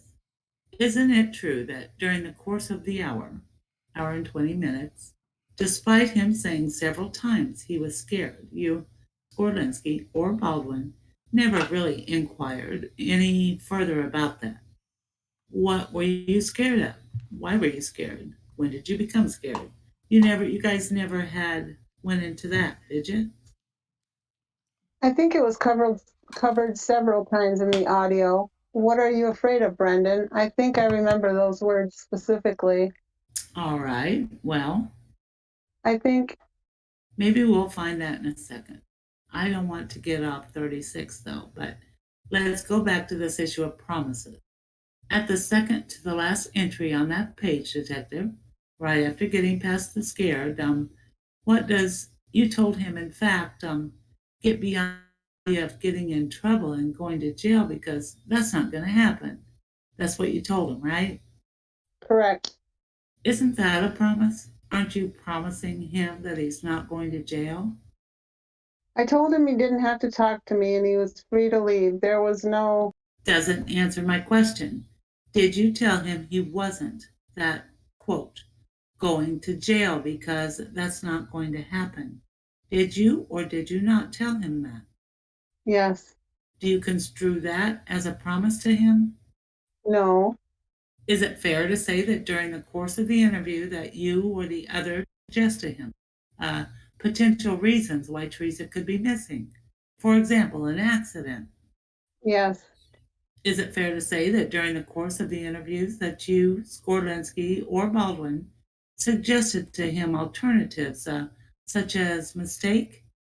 Yes. Did you probe into Brendan when he indicated that sometimes he gets shy when he's talking to people he doesn't know? At the end of the interview? No. Would it be fair to characterize that during the course of the interview that the three of you at various times attempted to increase the emotional feeling of guilt in the mind of Brendan Dassey? I apologize, but would you repeat that? Would you agree or disagree with me that during the course of the hour and 20 minutes that you, Baldwin, Gorlinsky, spent with Brendan Dassey, that there was a conscious effort to increase in his mind his belief and feeling of guilt? No. Could you go to page 40? 40? Yes, please. Fifth entry from the bottom. You were there, and Baldwin said as follows. You feel guilty right now that you didn't help that girl, correct? You see where I'm talking about? I see. I see the glasses you got during the break. I see it. In fact, the very next statement made by an officer, and I'm just jumping down 2 lines there, again, as Baldwin, where he says, I can see in your eyes that you feel terrible about something, right? Yes. Is that not a... Did you and Skorlinski ever discuss how you might appeal to or cause Brendan to think that he was guilty of something in order to try to get some information? No. Now, you indicated you made no notes at the time of the interview, correct? Correct. You produced the supplement report that we talked about sometime after that, right? Yes. So if it was dated November 11th, about 5 days later, Yes. okay, and you didn't use your handy dandy digital recorder that you had up on the visor to make notes of this interaction with Brendan on the way back to either your home or wherever you left when you did leave to help you prepare the report, right? No. So you're having to rely entirely upon your memory when you described his demeanor, correct? Yes. Okay, and that's about 16 months ago, right? Yes. Okay. But you acknowledge there's nothing at all in your report about his demeanor. No. Isn't it true that the first individual to state or suggest that Teresa Halbach went into the Stephen Avery trailer was a police officer, as far as your interactions with Brendan on this date? Yes. Okay. So it's not something that he came up with in response to a question that, well, for example, I saw her when I got off the bus and I saw her go into his house. Correct. Okay. That notion or that concept was promoted to him somewhat of a theme throughout this interview, wasn't it? No. You don't agree with that? No. All right. But you acknowledge that it was a police officer who first brought that alleged fact up. Brought the question to him. Okay. In fact, it happened more than once, didn't it? That very notion that she went into the trailer? I believe the question was brought through more than once. Yes. Do you understand the difference between an open-ended question and a leading question, don't you? Yes.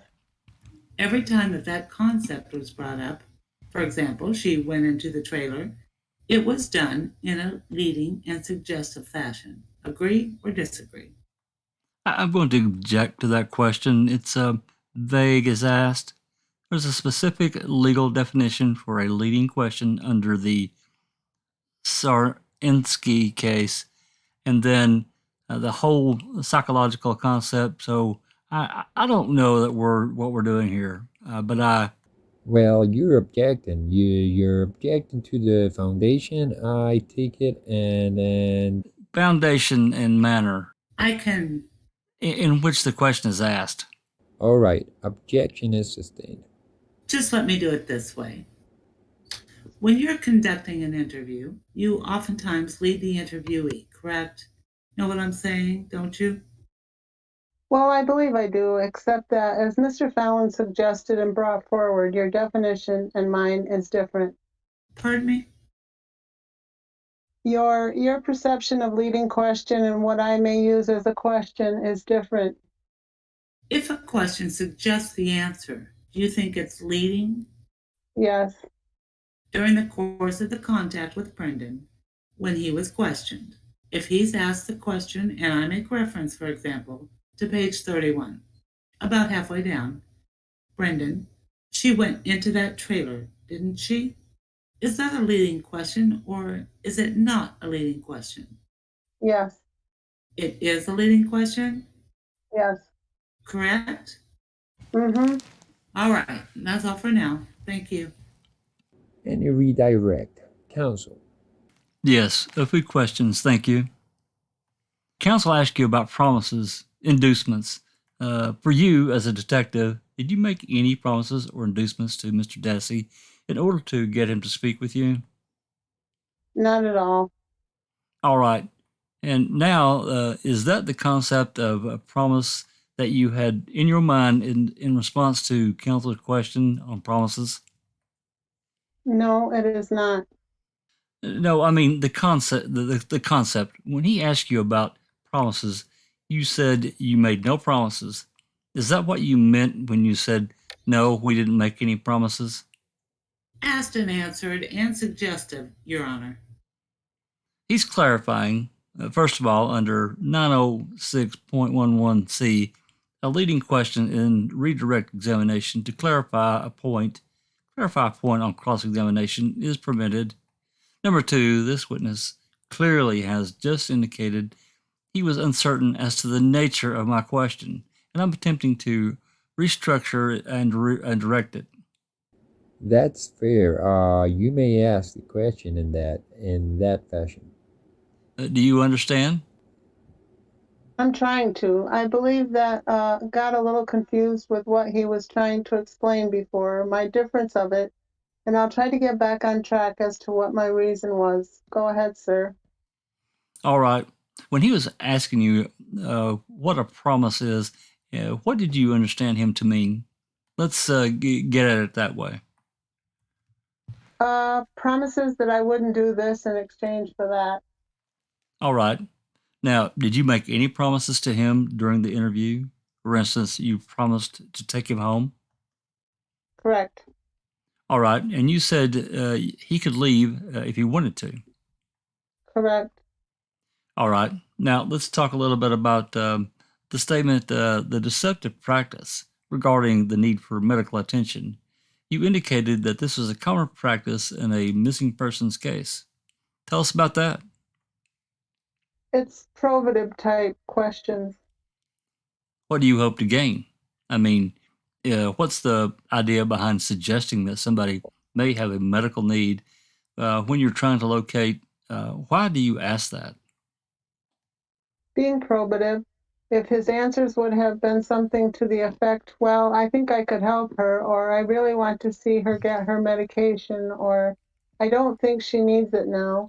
It gives us an idea, trying to determine as to whether or not, is she alive, is she injured, is she not?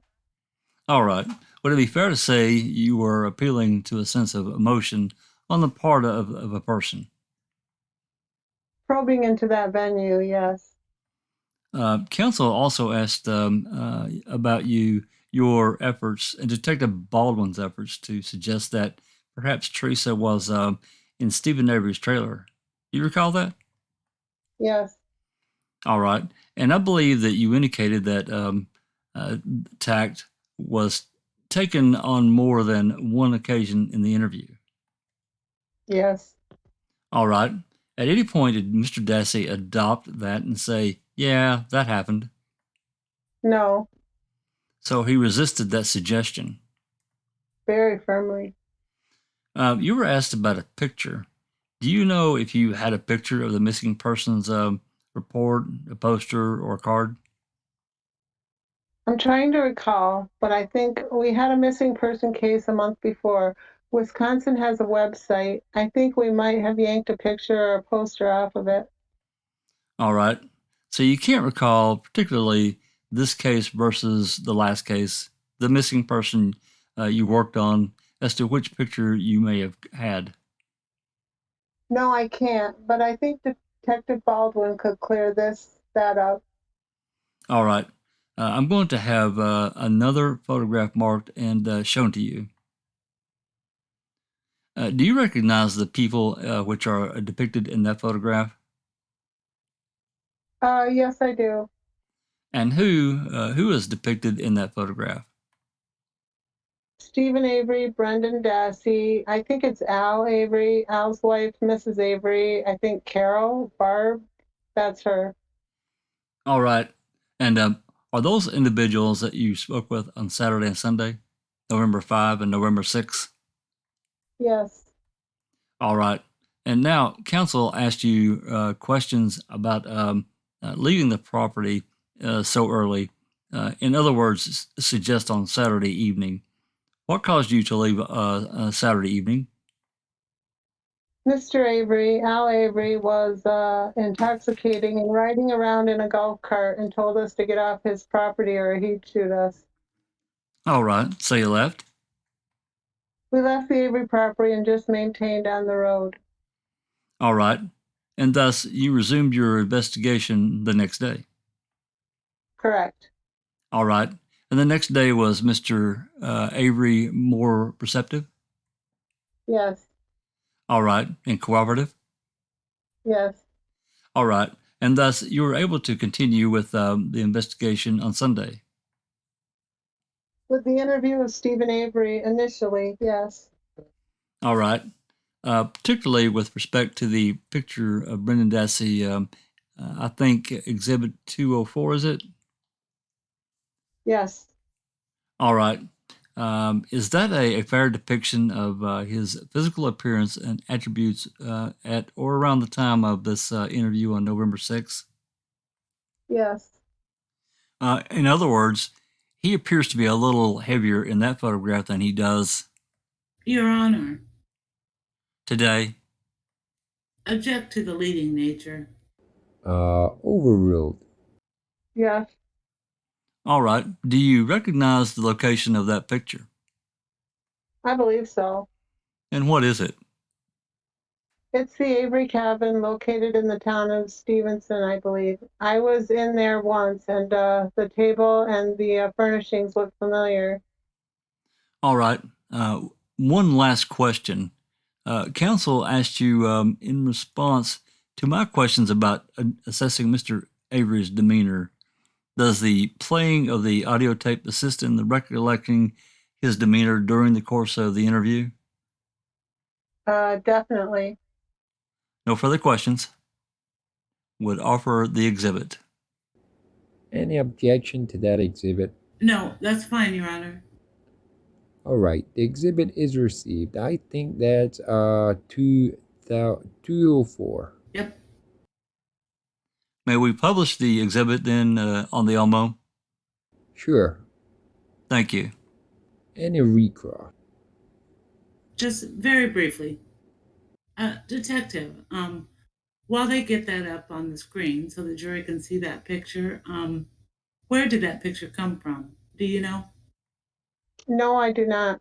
Pardon me? No, I do not. All right. Mr. Fallon asked you if that fairly depicted the condition, demeanor of the defendant, but he's sitting at the kitchen. I'm sorry, the physical attributes. When you talked to him, you didn't get any information from him about height, weight, anything like that, did you? No. Okay. Other than that hour and 20-minute contact, that's really the extent of your total contact with him throughout your participation in this investigation, right? Yes. Okay, that's all. Your Honor, we would move 202 and 203. Any objection to receiving the exhibit number 202 and 203? We would move for their admission. Well, it's already been offered by the defense. Oh, I'm asking if you have any objections. I'm sorry. I thought. All right. Obviously, we don't. All right. They're received. You may step down. Thank you, Your Honor. It's I think it's too late to start our next witness. He'll be a lengthy witness. Can we start it and at least get some testimony now? We can if you wish. Let's do it. State will continue with investigator Mark WIEGERT. I think before he testifies and is sworn in, there's another trial stipulation that is to be published. Is that correct? All right, ladies and gentlemen, I remind you before that the trial stipulations were evidence and should be treated as such. This trial stipulation reads as follows. Number 1, on October 31st, 2005, Angela Schuster was the manager for Auto Trader magazine with headquarters in Milwaukee, Wisconsin. On the same date, Don Poliska performed duties as a receptionist for Auto Trader. Number 2, that if called to testify, Angela Schuster would testify that Teresa Hallback was hired as a photographer for Auto Trader in October 2004 and continued in that employment through October 31st, 2005. Schuster would further state that Teresa Hallback had performed photo shoots at the Avery salvage business on 5 occasions prior to October 31st in 2005, including June 20th and October 22nd, June 20th and August 22nd, August 29th, September 19th, and October 10th. Number 3, that if called to testify, Don Poliska would testify that on October 31st, 2005, she received a phone call from Stephen Avery at approximately 8:12 a.m., at which time Avery requested that, quote, the same girl that had been sent out here before, and, quote, come to his property to take photos of a van he had for sale. Pliska would further state that Avery made an appointment under the name, quote, Bjanda, end quote, and that Pliska left the voicemail for Teresa Hallback at 9:46 a.m. asking if she could come make the appointment. Number 4, that if called to testify, Dawn Pliska would further testify at 2:27 p.m. She did speak with Teresa Hallback on Teresa's cell phone, at which time Miss Hallback indicated that she was, quote, on her way, end quote, to the Avery property from her previous appointment. That is the entirety of this stipulation. It will be marked as Exhibit 205. Yes. First, the state, is this your stipulation? It is. To the defense, is this your stipulation? That's correct. All right, it's received. All right. State will continue with Investigator Mark Wiegert. Please be seated. Please state your name and spell your last name for the record. Mark Wiegert, Wiegert. How are you employed? I'm an investigator with the Calumet County Sheriff's Department. How long have you been employed by the Calumet County Sheriff's Department? Approximately 14 years. How long have you been held the rank of investigator? It will be about 5 years.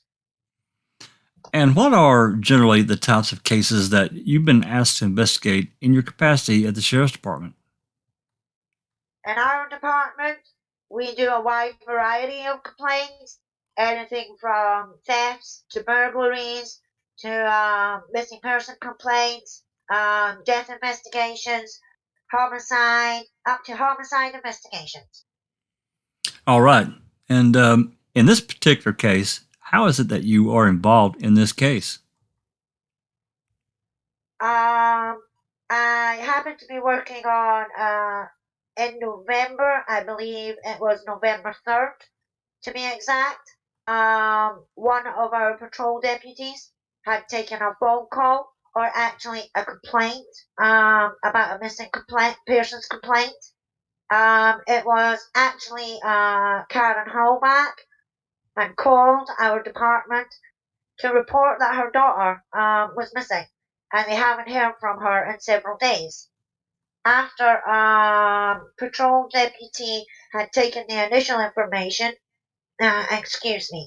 she had contacted me and requested my assistance in an attempt to locate Teresa.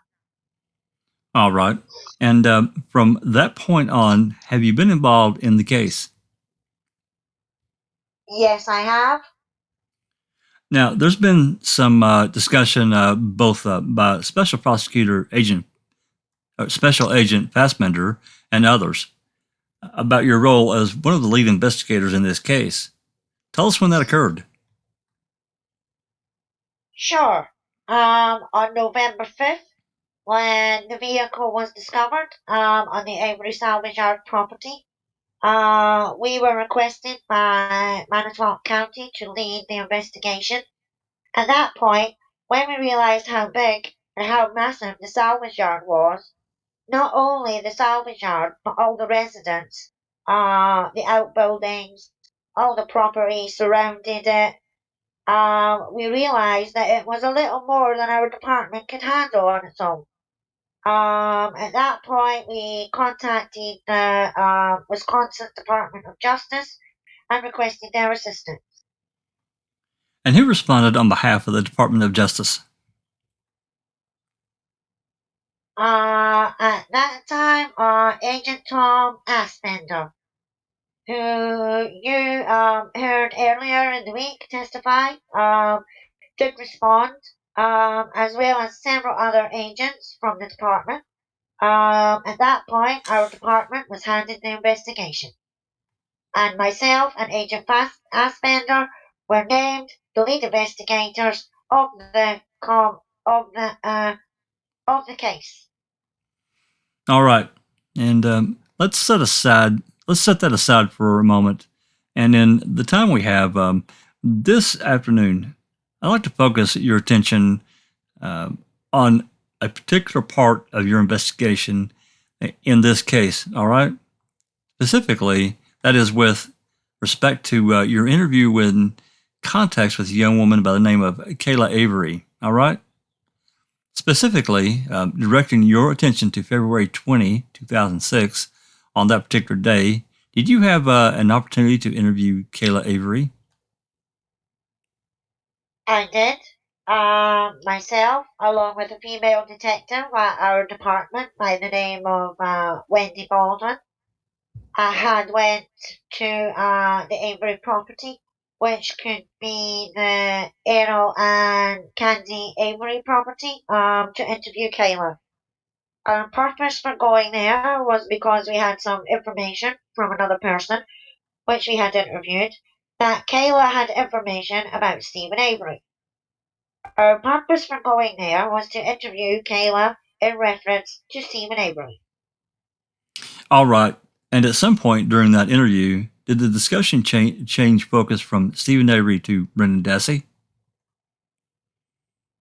Yes, the interview started about Stephen Avery, and Kayla was talking about her relationship with Stephen Avery, and just about at the end of that interview, Kayla, out of the blue, basically came out and told us that she had a cousin by the name of Brendan, and that Brendan was, quote, acting up lately. So we asked Kayla what she meant by Brendan acting up lately. At that point, Kayla told us that Brendan would just stare into space and start crying, basically uncontrollably. She also told us that Brendan had lost approximately what she estimated to be about 40 pounds. Now, based on this information, what did you decide to do?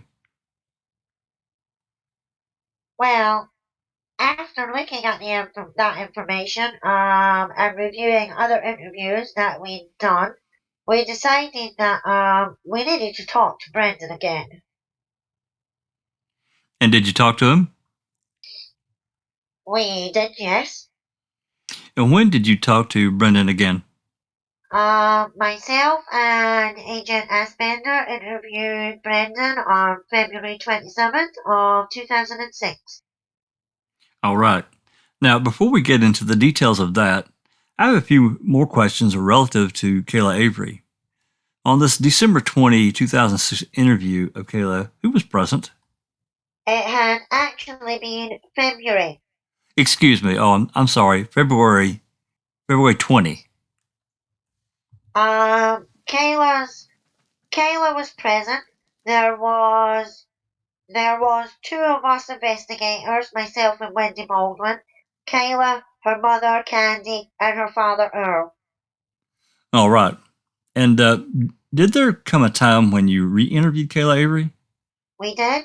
We shortly after Brendan was arrested, actually, we interviewed Kayla again, and that would have been on March. I believe it was March 7th of 2006. All right. And what was the reason for revisiting or re-interviewing Kayla Avery? Well, I take you back a little bit. Shortly after Brendan was arrested, and I believe would have been on like February 28th, we had received a call from the Mishicot School District. Two of the councillors at the Mishicot School District, after hearing that Brendan had been arrested, had called and reported that they may have some information in reference to Teresa Hallback homicide. All right. And as such, did you then respond to the school to interview the counselors? We did. Again, myself and Agent Asbender went to the school the following day, right away in the morning, where we met with two counselors, Miss Rhonda and I believe it was Miss Baumgartner. All right. And you interviewed them? We did, yes. After interviewing them, where did you go next? Well, after getting the information, we thought we needed to go back and talk to Brandon. Kayla again. All right. Did you, in fact, go back and re-interviewed Kayla Avery? We did. We actually, after interviewing the two counselors, we made phone contact with Kayla's mother and informed her that we had been at the school and that we needed to talk to Kayla again. And we actually set up an appointment with Kayla's mother. And Kayla's mother, Candy, invited us to her residence. So we waited for Kayla to come home from school, and then we went over to Avery residence and again interviewed Kayla in the presence of her mother again and her father. All right. Was her mother present for the entire conversation? Her mother was. Candy Avery was present for the entire conversation with Kayla. Her father Earl was in and out. All right. And during that interview with Kayla Avery, did you discuss with her the report that Brendan Dassey told her that he had seen body parts in a fire behind Stephen's garage? We did, yes. And what did she say about that? Well, Kayla came out and told us quite a few things at that point. Basically, she first broke down crying and indicated to us that she had learned from her cousin Brendan that she stated that she had learned that this in about December around the time there was a birthday party that they were both at and at Kayla's house, and that Brendan had told Kayla that he had went and got the mail and went over to Stephen's residence and went into the residence and observed Teresa Hallback pinned up in Stephen Avery's bathroom. So she went on to tell us a couple of other things.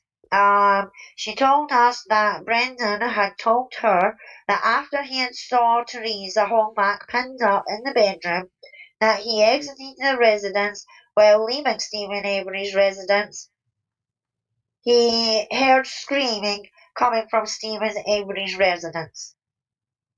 Kayla went on to tell us how she had mentioned Brendan being out at the fire on Halloween night. She also told us that her and her mother had seen the fire on Halloween night. Kayla went on to tell us how Brendan described seeing body parts later that day or that evening in the fire behind Stephen Avery's residence. Now, during the questioning of Kayla Avery earlier this week, a statement, exhibit number 163, was shown to her. Are you familiar with that? I am, yes. All right. Was that statement generated by her? That's correct. Kayla wrote out that statement on her own. All right. And was that statement written on this day, March 7, 2006? Yes. During the time interview at Kayla's home, did she appear confused at all? Unsure of what she was telling you? No, she did not. Was she upset? Yes, she was upset. Did it appear to you that this was something easy for her to tell you about? No, obviously not. I mean, like I explained before, she had broken down crying and was visibly upset when she was telling us about this information. All right. Now, I want to back up a little bit here, returning then 2 weeks earlier, to that February 20 interview. You first encounter with Kayla Avery at that particular point in the investigation. What plans, if any, did you investigators have relative to speaking with other members of the Avery family? Oh, let me just back up a little bit. We constantly as investigators, have meetings about this case and where we should go with it, what we should be doing. Because of the enormity of the case, we would get leads, and all the time there would be people calling in, look at this, look at that. What we decided that we needed to do in order to go through the investigation, we needed to go back and interview everybody who had access or who lived on that property. I felt, and I think I can speak for Mr. Fassbender, that I don't believe we. Objection. Speaking for another person, Judge, I think the witness can only speak for himself. Certainly, I felt that we needed to. In order to do a thorough investigation, we needed to go back and talk to everybody who lived on that property. All right. And so around that time, what was that the plan? Yes, absolutely was. Based on the, at that particular point in time, could you say, from an investigative point of view, that Brendan Dassey was at all a suspect? No, we didn't consider him a suspect any more than we considered anybody else at that point as a suspect, no. All right.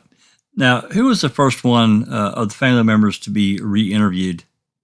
I can't actually recall exactly which one, but I can say that, and if I can get back a little bit again, Sure.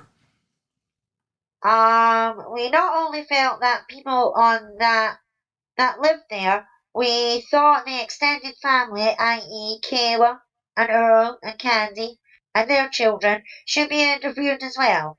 So by my recollection, it was probably Kayla mostly. All right. And during the course, did you, in fact, go back and re-interview most, if not all, of the immediate and extended family?